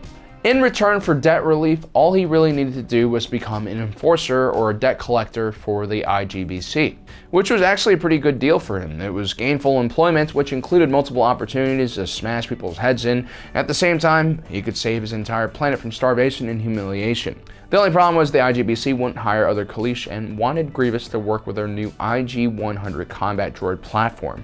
Grievous's Kaleesh warrior mentality saw the droids as inferior and way too predictable, but eventually he began training the IG-100s to mimic his movements, and they became much more dangerous.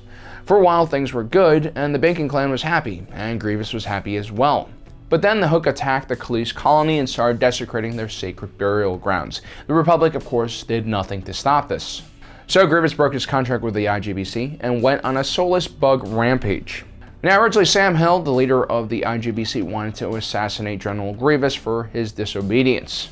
But because he was a confidant of the secret separatist movement at the time, he came up with a plan with Darth Plagueis and Sidious to make Grievous an enforcer for the movement and ultimately a slave. So Count Dooku sabotaged Grievous's personal ship, and when en route to the Hook homeworld, his ship broke apart in atmosphere.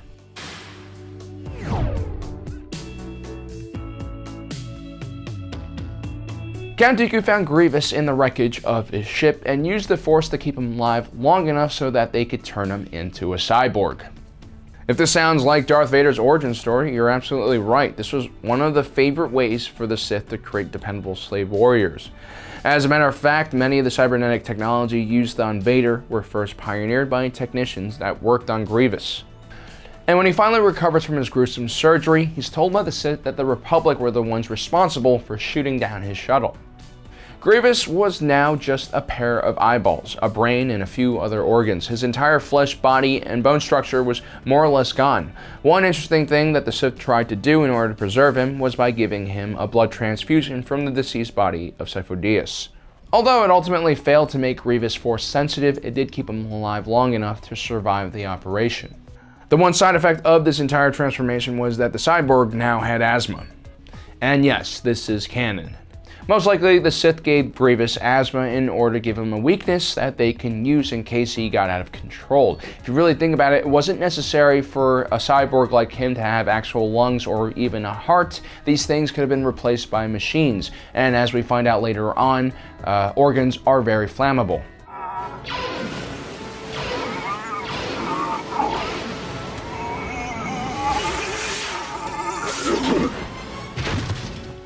That is just messed up, Obi-Wan. Anyway, they capped Grievous's abilities in the same way Palpatine would cap Vader's potential by giving him a generic Walmart brand version of a cyborg suit, which not only was inefficient, but caused significant chafing on his stubs, also canon. Grievous was able to overcome his asthma and became a monster on the battlefield. As a matter of fact, he was active as early as the Battle of Geonosis, but no one really knew he existed because no one ever survived any encounters with him until later on in the war.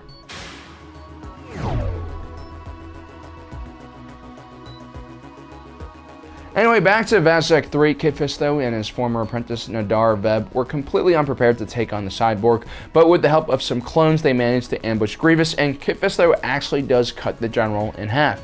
But this was Grievous's home, and he was familiar with every nook and cranny in the facility. He also had repair facilities, which meant that after he escaped the Republic task force, he immediately started installing a new set of legs. Grievous, being the paranoid psychopathic warrior that he was, set up his entire base on Vazek 3 as a funhouse. But instead of being full of fun, it was full of pain and tears. General Grievous locks in the Jedi and clones into the facility and then starts systematically hunting them down one by one in the most creative ways possible. At the same time, Grievous sends out his Magna Guard droids to take out the Republic shuttle and Jedi starfighters that brought the task force onto the planet in the first place. That was kind of the interesting thing about Grievous. He had a really good grasp on tactics. He could always sense when he was going to lose, which is why he was able to survive for so long. He was never too proud to retreat. But when he knew victory was within his grasp, he made sure to hunt down every single individual. It was kind of just the way he did things. which is why when Grievous won, no Republic survivors were left, further building up the General's mystique. He's kind of like that guy who plays Grand Theft Auto and needs to get 100% completion, which means he has to find all the special packages and do all the graffiti, or maybe a more apt comparison is he's the kind of Total War player that even after a victory is declared, micromanages his troops to hunt down the routing forces so that literally no one can escape. So back to Vessek. The clones are dropping left and right. Some fall into a pit of molten lava, others are killed by Grievous's pet dog, Gore. And by dog, I don't actually mean a dog, it's more like a velociraptor crossed with the alien from Aliens. But Kit Fisto, the Rasu Jedi, does what Jedi do best and eventually delimbs Gore and kills Grievous's dog, which really pisses him off. By this point, Grievous has his legs back but decides why go confront the Republic task force when they can fight their way to him.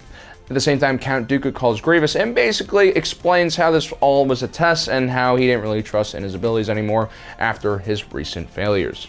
I mean, the Sith are just great managers. They really know how to cultivate a healthy and good relationship between employers and employees. At this point, the two Jedi finally reach Grievous, but Kit Fisto was cut off from his former Padawan. Nadar Veb was an average Jedi Knight, but he had similar qualities to Anakin Skywalker. He was brash, confident, and wanted to kill things. While he was good-intentioned like Anakin, he was far less competent as a fighter. Ultimately, Grievous defeats him with an extra arm. He pulls a blaster and shoots the young fish Jedi, sending him to sleep with his other fellow fish people. Kit Fisto doesn't let the death of his Padawan get to him. He's quite a wise Jedi and realizes he's outgunned. And luckily, his astromech has saved his starfighter from Grievous's droids previously, and he attempts to escape the moon and get more reinforcements. Grievous is there to meet him on the landing platform, and the two duel for a while, but ultimately, Kit Fisto manages to hold his own and get away. Grievous contacts Dooku about the completion of the test, and Dooku, like your typical Asian parent, tells Grievous that there's room for improvement. Now, if you think this relationship between Grievous and Count Dooku is a bit messed up, well, that is just how the Sith treat their underlings. That's how they find agents and vet and test people out. And if you look at the ancient Sith orders, this is actually how their schools were set up. I mean, there was a lot of competition and people died all the time. And when Palpatine eventually sets up the Galactic Empire, the Imperial Academies kind of had this Sith ideology. Now, competition is great, but in a lot of these Imperial Academy situations, you literally had students trying to kill each other, which is not great.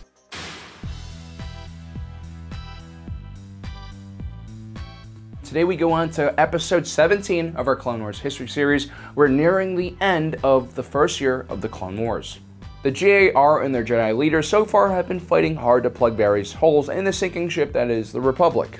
The Separatists have been methodically destroying and taking over Outer Rim worlds, meanwhile they're stretching the Republic forces beyond their limits, forcing the GAR to pick and choose which worlds they can save, which not only affects the credibility of the Republic but the loyalty of its member states.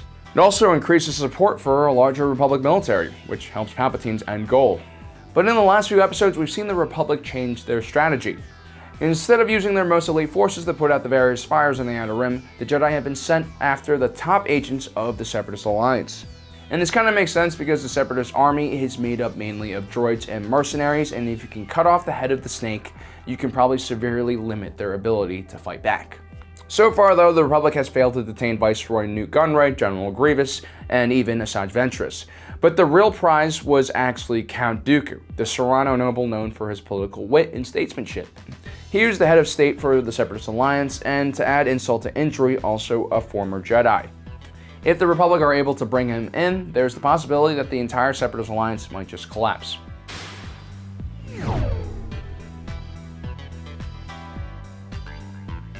Count Dooku was an incredibly dangerous individual, very capable of defending himself. During the Battle of Geonosis, he had disarmed Anakin and defeated his master Obi-Wan Kenobi with relative ease. Since that battle though, Anakin has grown quite a lot as a swordsman and Jedi. Anakin would actually meet Count Dooku again on Tatooine while trying to rescue Rudda the Hutt. This time he was able to duel Count Dooku with much better results. Count Dooku's Mikasi Form 2 lightsaber technique was incredibly dangerous, and specifically suited for dueling other Force users. Only Anakin and a handful of other Jedi had any experience against this form, and now that Anakin had dueled Dooku and survived on 2 occasions, he was the obvious choice to lead a mission to hunt down the Separatist leader. And so that's exactly who the Jedi Council sent, but this time around they're going to copy some Separatist tactics and try to trick them. They decide to allow Anakin Skywalker to get captured by a Separatist frigate where they believe Count Dooku is hiding. While on board, Anakin would confirm whether Count Dooku was on that ship. and wait for Obi-Wan Kenobi to arrive and free him so the two could go capture the Count. And that's exactly what they do. They're able to conveniently walk through the frigate without encountering any resistance and arrive to Count Dooku's meditation chambers while a Republic cruiser arrives in system and starts attacking the frigate from outside. The Count's meditation pad, however, is an escape slide, which looks like a lot of fun. The slide leads straight down to the hangar, and once again Count Dooku manages to escape from the Republic. Anakin and Obi-Wan pursue the Separatist leader in their own ship towards a nearby planet. Both Dooku and the Jedi ship manage to get damaged, and they both execute a crash landing, something that Anakin has become quite an expert at doing. Luckily, the Jedi crash right next to Count Dooku's ship, but upon examining it, they can't find the Sith Lord. The Jedi do see a cave nearby and decide to go and investigate.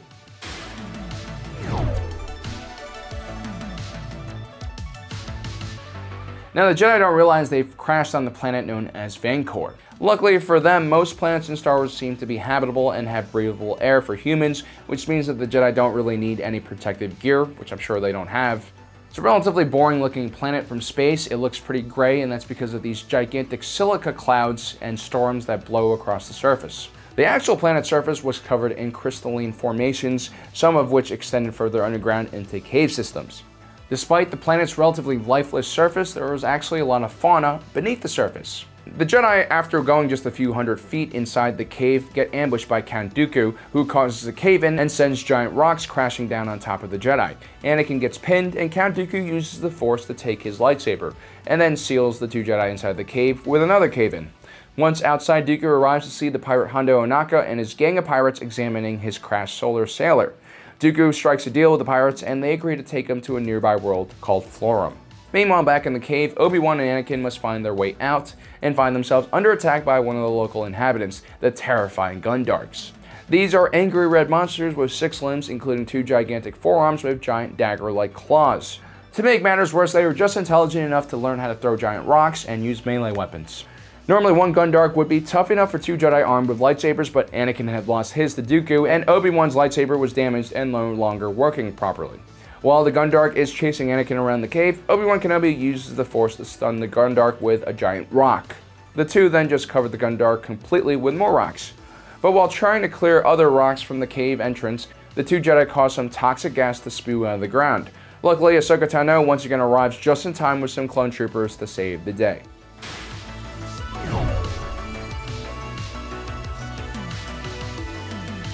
Meanwhile, Hondo Ohnaka brings Dooku to Florum, which also happens to be the location of the pirates' hideout. While in transit, Hondo's lizard monkey pet thing steals Count Dooku's lightsaber, which makes Hondo think that Count Dooku might be a Jedi. This offends Count Dooku, and he reveals that he's a Sith Lord, and an important one at that. He explains that the Separatists would pay a lot of money for a safe return.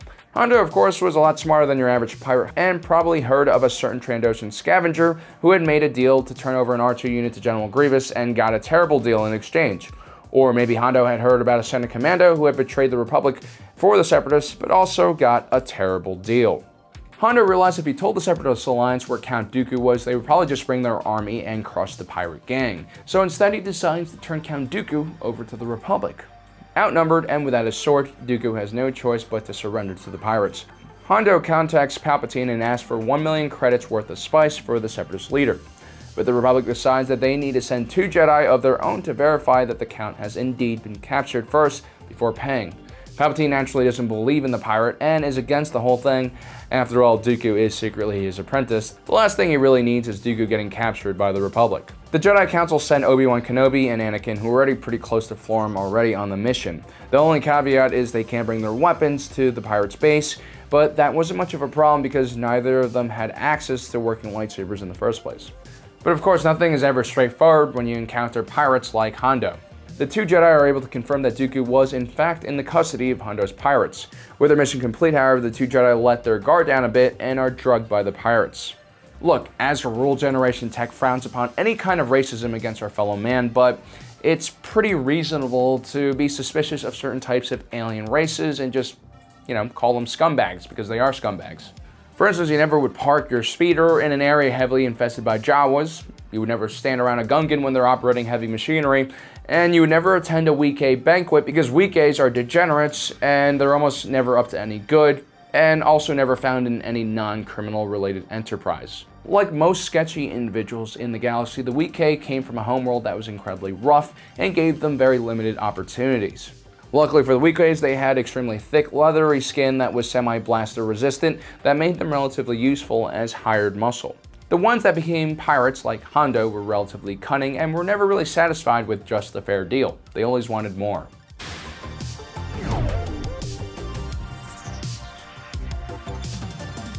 Which is why the Weequay also drug Anakin and Obi-Wan Kenobi, and the two Jedi wake up in a detention cell chained to Count Dooku.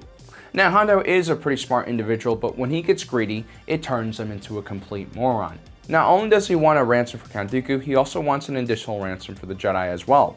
Little does he know, keeping one Sith Lord in captivity is hard enough without having to worry about 2 additional Jedi as well. The Weequay probably had too much confidence in his own men's ability to contain the dangerous Force users. They were hardly loyal at all to him or competent at their jobs, and predictably, his own men started plotting against him. The Republic sends Senator Binks from Naboo and Karis from Malastare with a clone attachment to the planet to retrieve Dooku, along with 1 million credits worth of spice for ransom. But upon entering the planet's atmosphere, a pirate ship shoots them down. Some of Hondo's men want the spice for themselves. Senator Karis dies along with most of the clones accompanying them. It should be noted that Senator Binks uses his dark side force powers to sabotage the pilots, causing the ship to crash, most likely on behalf of Palpatine's demands. The Weequay traders attempt to recover the spice, but find that some clones have survived the attack. Funny enough, after the death of Karis, the Dark Sith Lord Binks was now in charge of the mission. Clone Commander Stone was clearly the better choice, but as a clone, he did defer to the traditional chain of command. The Weequays managed to grab the spice, but the clones managed to survive the engagement as well. They now must find a way to chase after the pirates, and decide to use some local fauna as mounts and manage to recover the spice before the traitor Weequay arrived back to their compound. Meanwhile, Count Dooku and the Jedi had already failed to escape once and were now attempting a second escape. This is kind of an interesting sequence where Dooku and the Jedi are basically throwing insulting one-liners at each other while trying to maintain some stealth. While trying to scale a wall on their way out of the compound, the trio get discovered once again. Count Dooku is knocked off the wall and almost falls to his death, but Obi-Wan saves his life for some stupid reason. If only knew how much more destruction would be caused by this war because of Count Dooku. Anyway, Dooku and the Jedi are captured for a 3rd time by Hondo before they are able to escape. Meanwhile, the traitor Weequay convinces Hondo that the Republic has sent an army to recover the hostage. Hondo believes him for some reason and sends a bunch of pirates armed with tanks to stop the Republic forces. Commander Stone, who is pretty sharp for a clone, sends out the Sith Lord Gungan to negotiate with the pirates, knowing that the Gungan will somehow defeat them using his force powers. And that's exactly what happens. The Weequay decide to take the Gungan and use him as another hostage, but the Gungan sends one of the tanks crashing into a nearby power grid, which knocks out the energy for the entire pirate compound. I mean, it's a really bad design for a base if you really think about it, but I guess they are pirates and not engineers.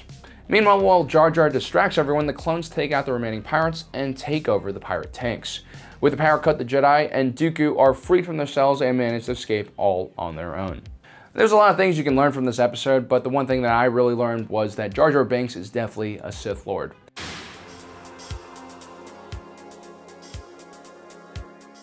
So far, the galaxy has been put into a delicate balancing act. Although the Separatists have a clear advantage in the first year of the war, the Republic has managed to fight back from the precipice of defeat. But at the same time, they can't seem to make any significant progress against the Separatist forces. Just in our last episode, with Count Dooku safely in the captivity of the pirate Hondo Ohnaka and ready for transfer to the Republic for trial, a series of misfortunate events derailed the whole exchange process, leading to the Count's escape. The Republic is constantly looking for unorthodox methods of keeping the Separatists at bay. This includes targeting high-level officials like Dooku or diplomatic missions like the one Padme took to Rhodia in order to ensure their allegiance to the Republic. But one of the most interesting strategies that was used during the Clone Wars that we see used a lot here on Earth is something known as foreign internal defense. This is where instead of directly attacking a hostile force, a faction will seek potential allies in that region and help them create an opposition force. Depending on the situation in the local region, this opposition force can be strictly political or even turn into a militant group. In this latter case, special training and equipment will be given to this newly created opposition force, and this is usually carried out by special forces. Usually because of the lack of funding and traditional military structure, these groups will be taught to fight as a guerrilla force, causing havoc for enemy factions at a fraction of the cost of a real military invasion. It's a relatively viable tactic and also very cost efficient if carried out in the right method, and the Republic will be looking into it more and more as the war goes on because they clearly are outnumbered by the Separatists and have to think outside the box. Although the case we will be looking at today does not directly involve training of local indigenous forces, the events in this episode will begin paving the way for the Republic to at least inquire about using foreign internal defense as a viable option in their war against the Separatist alliance.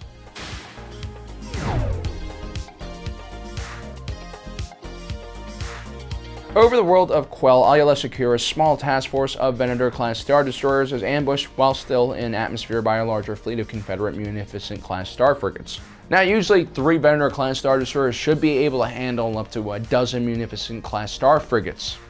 But this is only if they can deploy their starfighters in advance to screen and chip away at the enemy forces before they come within visual range. We're not really sure how this battle started, but the fact that it is taking place in atmosphere is quite unusual. The Venator class was atmosphere capable, but a considerable amount of power needed to be devoted to anti-gravity repulsors on the ship in order to keep things afloat, which meant less power was available for the shields and weapons. So it's very likely that the Republic forces did not choose the location of the battle and were simply trying to exit the atmosphere when they were jumped by Separatist forces. Judging from the angle of both ships in this battle, it's very likely that's how the battle happened. And as usual, the high ground is crucial for victory whenever gravity is in play.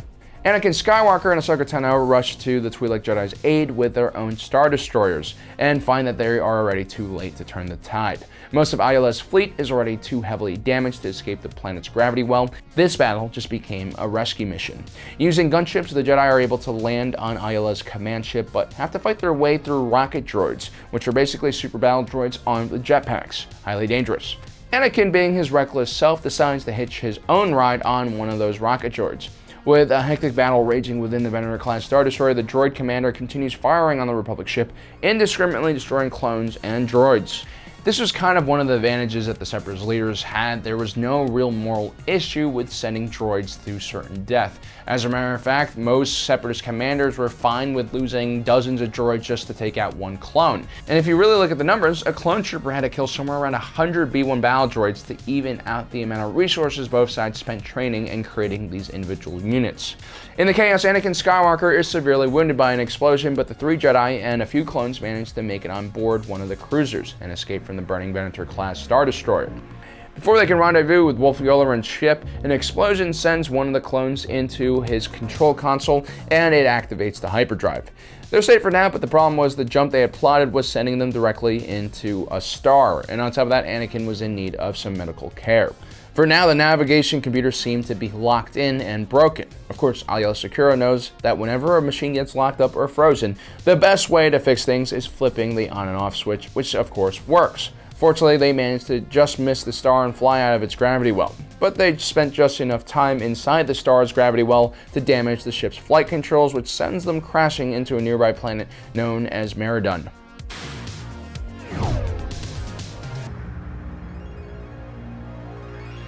With their immediate problem solved, now they have to focus on healing Anakin.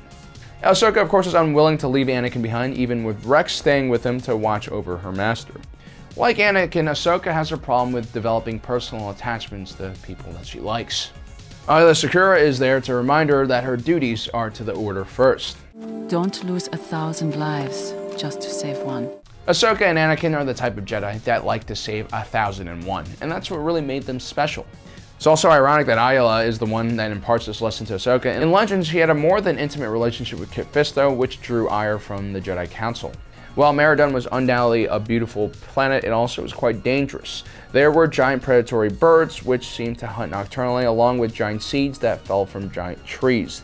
The Jedi were more than capable of watching out for themselves, but a few clones in the scouting party are taken out while they're walking through an area of tall grass. Back at camp, Anakin is pretty much useless, and Rex once again shows why he is first amongst the clones and defends his good friend from the nasty birds. Eventually, the Jedi run into a colony of Lurmans, which are basically Irish lemurs. The Lurmans were a pacifist species. They originally hailed from the outer rim planet of Megiddo.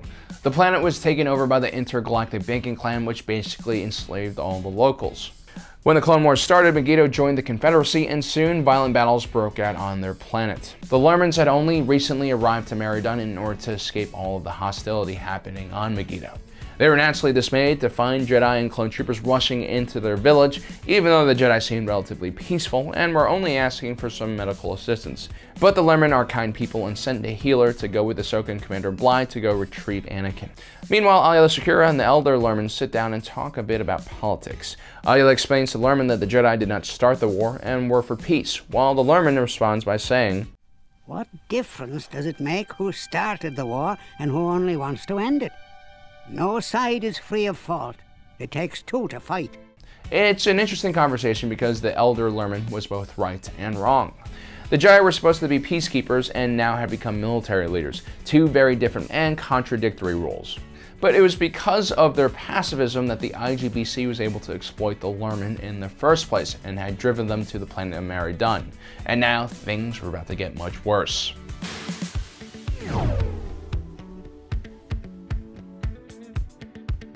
The Lurmen would find out that the Republic weren't the only foreign power on this planet.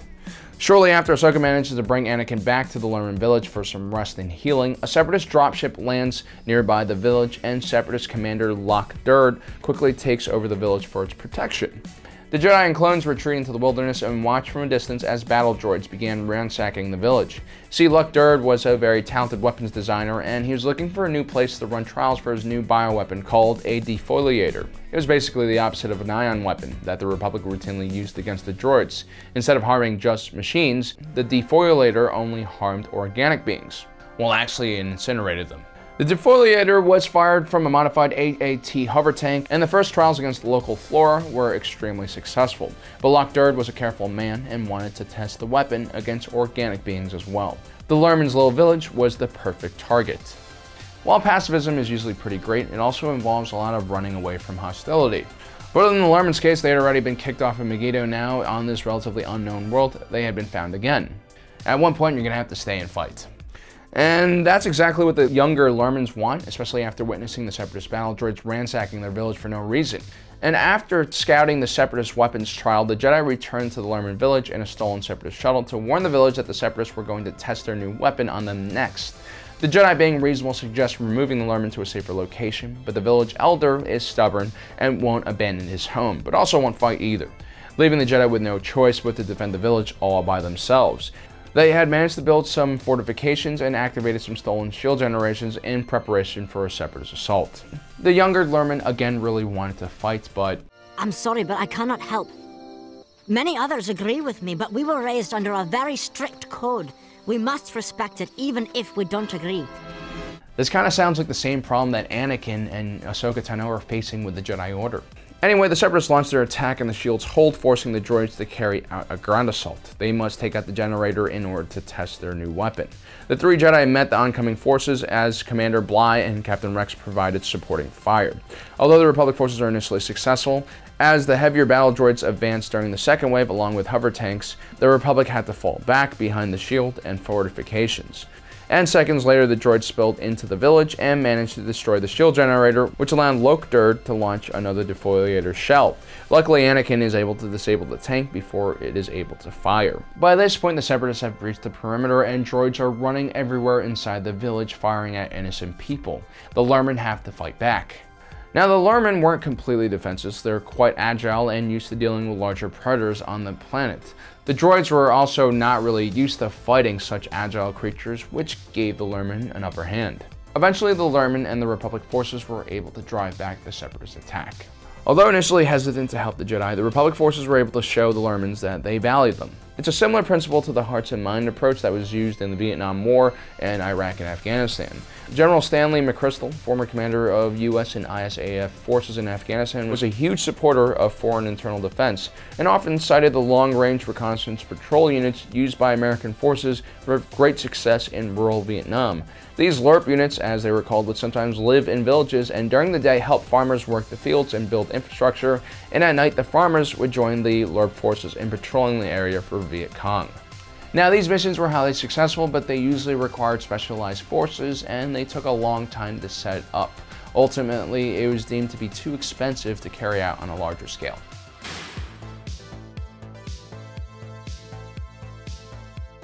And we've finally done it. We've made it to the first season of our Clone Wars history series. It is the end of the year 22 BBY.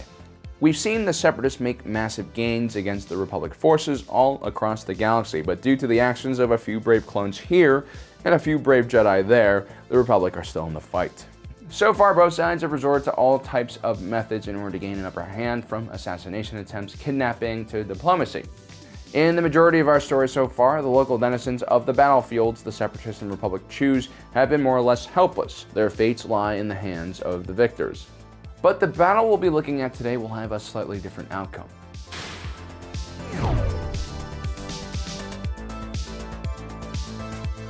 The Pantora system was located far in the Outer Rim. The most advanced species in the system were the Pantorans. They lived on the moon of Pantora, which orbited the planet of Ordo Plutonia. Ordo Plutonia was a frigid ice world that was relatively hard to survive on. You had to wear some extreme protection to just be able to survive on the surface for extended periods of time. Ordo Plutonia was assumed to be completely uninhabited, lacking any real resources, so the Pantorans never attempted to colonize the planet. But with the beginning of the Clone Wars, Pantora's location in the Outer Rim made it a target for Separatist forces.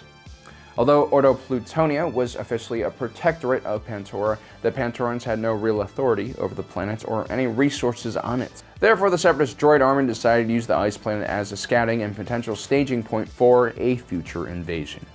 The Pantoran government was made up of an executive position known as the chairman and a legislative body known as the Pantoran Assembly.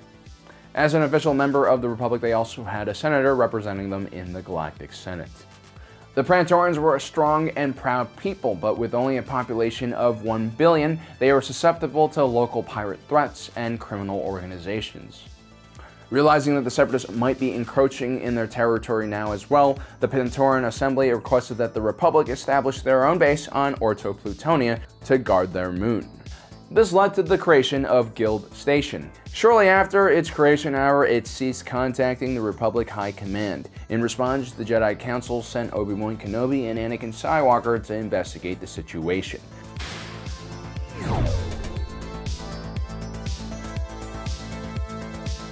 The attack of a Republic base on a Pantoran protectorate also meant that the chairman of Pantora Chicho and Senator Chu-Chi accompanied the two Jedi along with an attachment of the 501st Legion. This added additional risk for the mission, especially because the ground team had no idea what was waiting for them on the ground. One cool thing that you'll notice is this would be one of the first times we see the clones use Phase 1 clone cold assault armor. There were specifically trained units of the clones that dealt with cold environments, but due to the 501st elite nature, they were also cross-trained using this equipment. They also brought along with them the CK6 swoop bike, also known as a Freako bike. And as you guys will probably know, I love motorcycles, even the flying ones. And the CK6 is a real beauty, and also built for cold weather environments, which meant that they had a full canopy armed with dual laser cannons, and with a top speed of 550 kilometers per hour or 341 miles, these things were probably incredibly fun to pilot. The Jedi also donned some extra winter protection, but these are limited to some snow goggles and winter parkas. As we know, the Jedi like to keep the armor limited so that they could remain agile enough to fight in their own style. Upon reaching Guild Station, they find the base completely abandoned and strewn with dead clones. There are also several spears stuck into the ground with clone helmets mounted on top of them. It's really at times like this that I wish the Clone Wars was a bit more R-rated. I know that's unrealistic, but the atmosphere and suspense being built at this point was palpable and leading to something truly horrific. But then you unfortunately realize this is a show for kids, so there will be some limitations to the violence and horror of the eventual reveal. Anyway, the clones scan the nearby area and find a Separatist outpost nearby, and together the group travel there. Again, they find another abandoned outpost. The droids that were there are all destroyed, and many of them have their heads removed. A hologram reveals that the base was attacked by some unknown hostile being, and further records in the base show that the Separatists had sent a patrol nearby to some canyons to the south.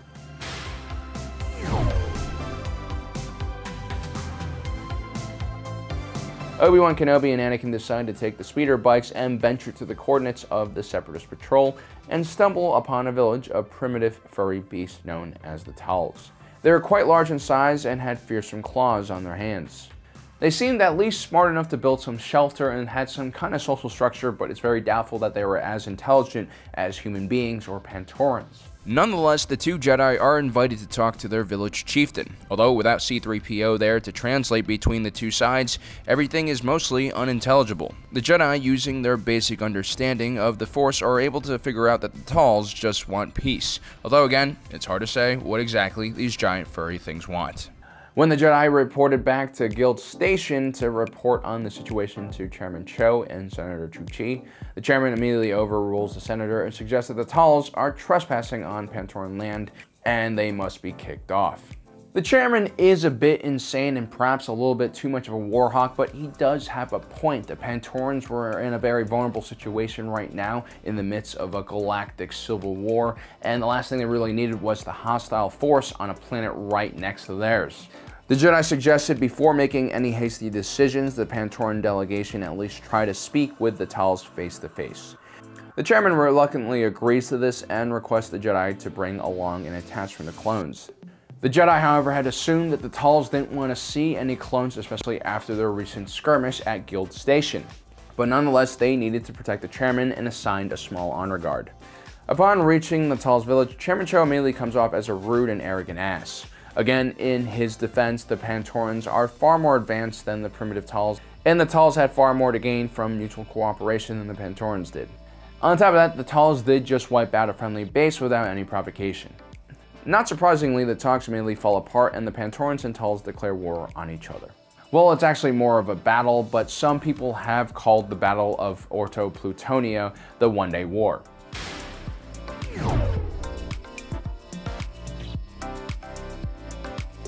Anyway, immediately after leaving the meeting, Chairman Cho calls for Rex and his fellow clones to mount their speeders and follow him into battle.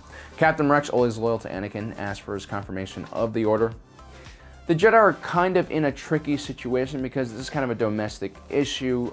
This is between a member of the Republic and then a non-Republic species. The Pantorans actually had jurisdiction over the matter, and then the next stop up in the chain of command would be the Republic Senate, represented right now by Senator Chu-Chi. Senator Chu-Chi, who had remained quiet up till now, disagreed with Chairman Cho's hawkish stance against the Talz. She believed that peace could be resolved through diplomacy, and the Jedi hadn't sensed any malevolence coming from the furry animals. And from a more rational and strategic point of view, the last thing they really needed right now in the Pantoran system was a new front against gigantic and very capable furry monsters. If anything, the Talz made a natural ally for the Pantorans. There's really nothing on Orto Plutonia that the Pantorans wanted, and the Talz had efficiently already prevented the Separatists from mounting an invasion on Pantora from the ice planet. The Talz were basically perfect guardians for their world. But of course, some people just want to go down in an epic battle dual-wielding machine guns, and that's exactly who Chairman Cho was. Now, ideally, the Jedi don't want to risk any clones following the Chairman's stupid actions. But they were responsible for the Chairman's security on this mission, and it would also reflect poorly on the Republic if they couldn't at least protect a local Republic leader from some spear-chucking abominable snowmen. And so Rex had no choice but to follow Cho. Like General Custer at the Battle of Little Horn, Cho lacked a true understanding of the enemy's abilities and their numbers. The Chairman, while a warrior at heart, was no tactician and had not screened the enemy forces with scouts or even had a real battle plan. He clearly underestimated the enemy, and his strategy was to ride around the planet in a mob of speeders until they ran upon the Talz. Which makes me believe that the good Chairman was most likely on the Star Wars spice equivalent of meth or crack. Or maybe both. Star Wars is a pretty advanced society. Immediately, Chairman Cho and about a few dozen clones are ambushed and forced to stop and create a defensive perimeter by circling the wagons, or in this case, speeder bikes. Although outnumbered and completely out of their usual comfort zone, the clones fought back admirably and killed many of the savage Talz. But eventually they are overwhelmed. Chairman Cho takes a spear in his back and is knocked out of commission. Again, because the Clone Wars is a kids TV show, we're not going to see any of these individuals get skewered by a spear, which would be kind of cool. After all, these spears are much larger than even the heaviest javelins used by Roman skirmishers and shock forces. But instead, they barely pierce anything when they hit people. But whatever, I'm just nitpicking at this point. Captain Rex realizes the clones were about to be overrun and needs to grab Chairman Cho and make it to one of the remaining speeder bikes that still is working. Rex's ability to dual wield is clearly advantageous in the situation, as the clone's defensive perimeter was completely overrun already. But Captain Rex manages to escape the situation along with a few other survivors, and they are chased to the edge of a cliff where Rex must stop and make his final stand.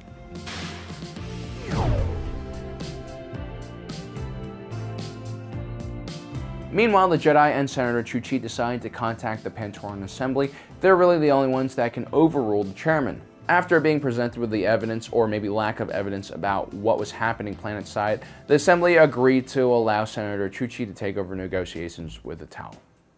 With this newfound power in their hands, the Republic forces rush in gunships to the clones' last position. They arrive just in time before Captain Rex and his clones are overrun. Chairman Cho is in a bad way and succumbs to his wounds, but not before learning his actions were all for nothing. Senator Chuchi was going to negotiate a peace on behalf of the Pantoran people. At the end of it all, Chuchi's more diplomatic ways succeed. The Pantorans agreed to leave the planet of Orto Plutonia alone, while the Tals agreed to guard it from hostile foreign powers. An important lesson can be learned from this situation. Although the Tals probably deserve to get wiped out because they are savage beasts, #humanity first, it doesn't always pay to kill every alien species you run into, because sometimes it's just simply way too costly. The world of Ordo Plutonia was on the extreme end of habitability in the galaxy. The Tals were terrific warriors and well adapted to fighting on an ice world. In this case, peace was necessary, so the Republic could focus on more pressing matters like the Clone Wars first. Anyway, once the war's over, you can return, strip mine it, maybe glass it, do whatever you like. The point is, be realistic in the middle of a war. Focus on the more pressing threats before you focus on a primitive species that don't even know how the wheel works. Anyway, guys, don't forget to subscribe, hit that notification button. I hope you guys enjoyed our Clone Wars history series. We have all these videos put into a playlist so you can watch them in chronological order. As usual, thanks for joining us today. My name is Alan, reminding you that life is a movie, and you are the protagonist.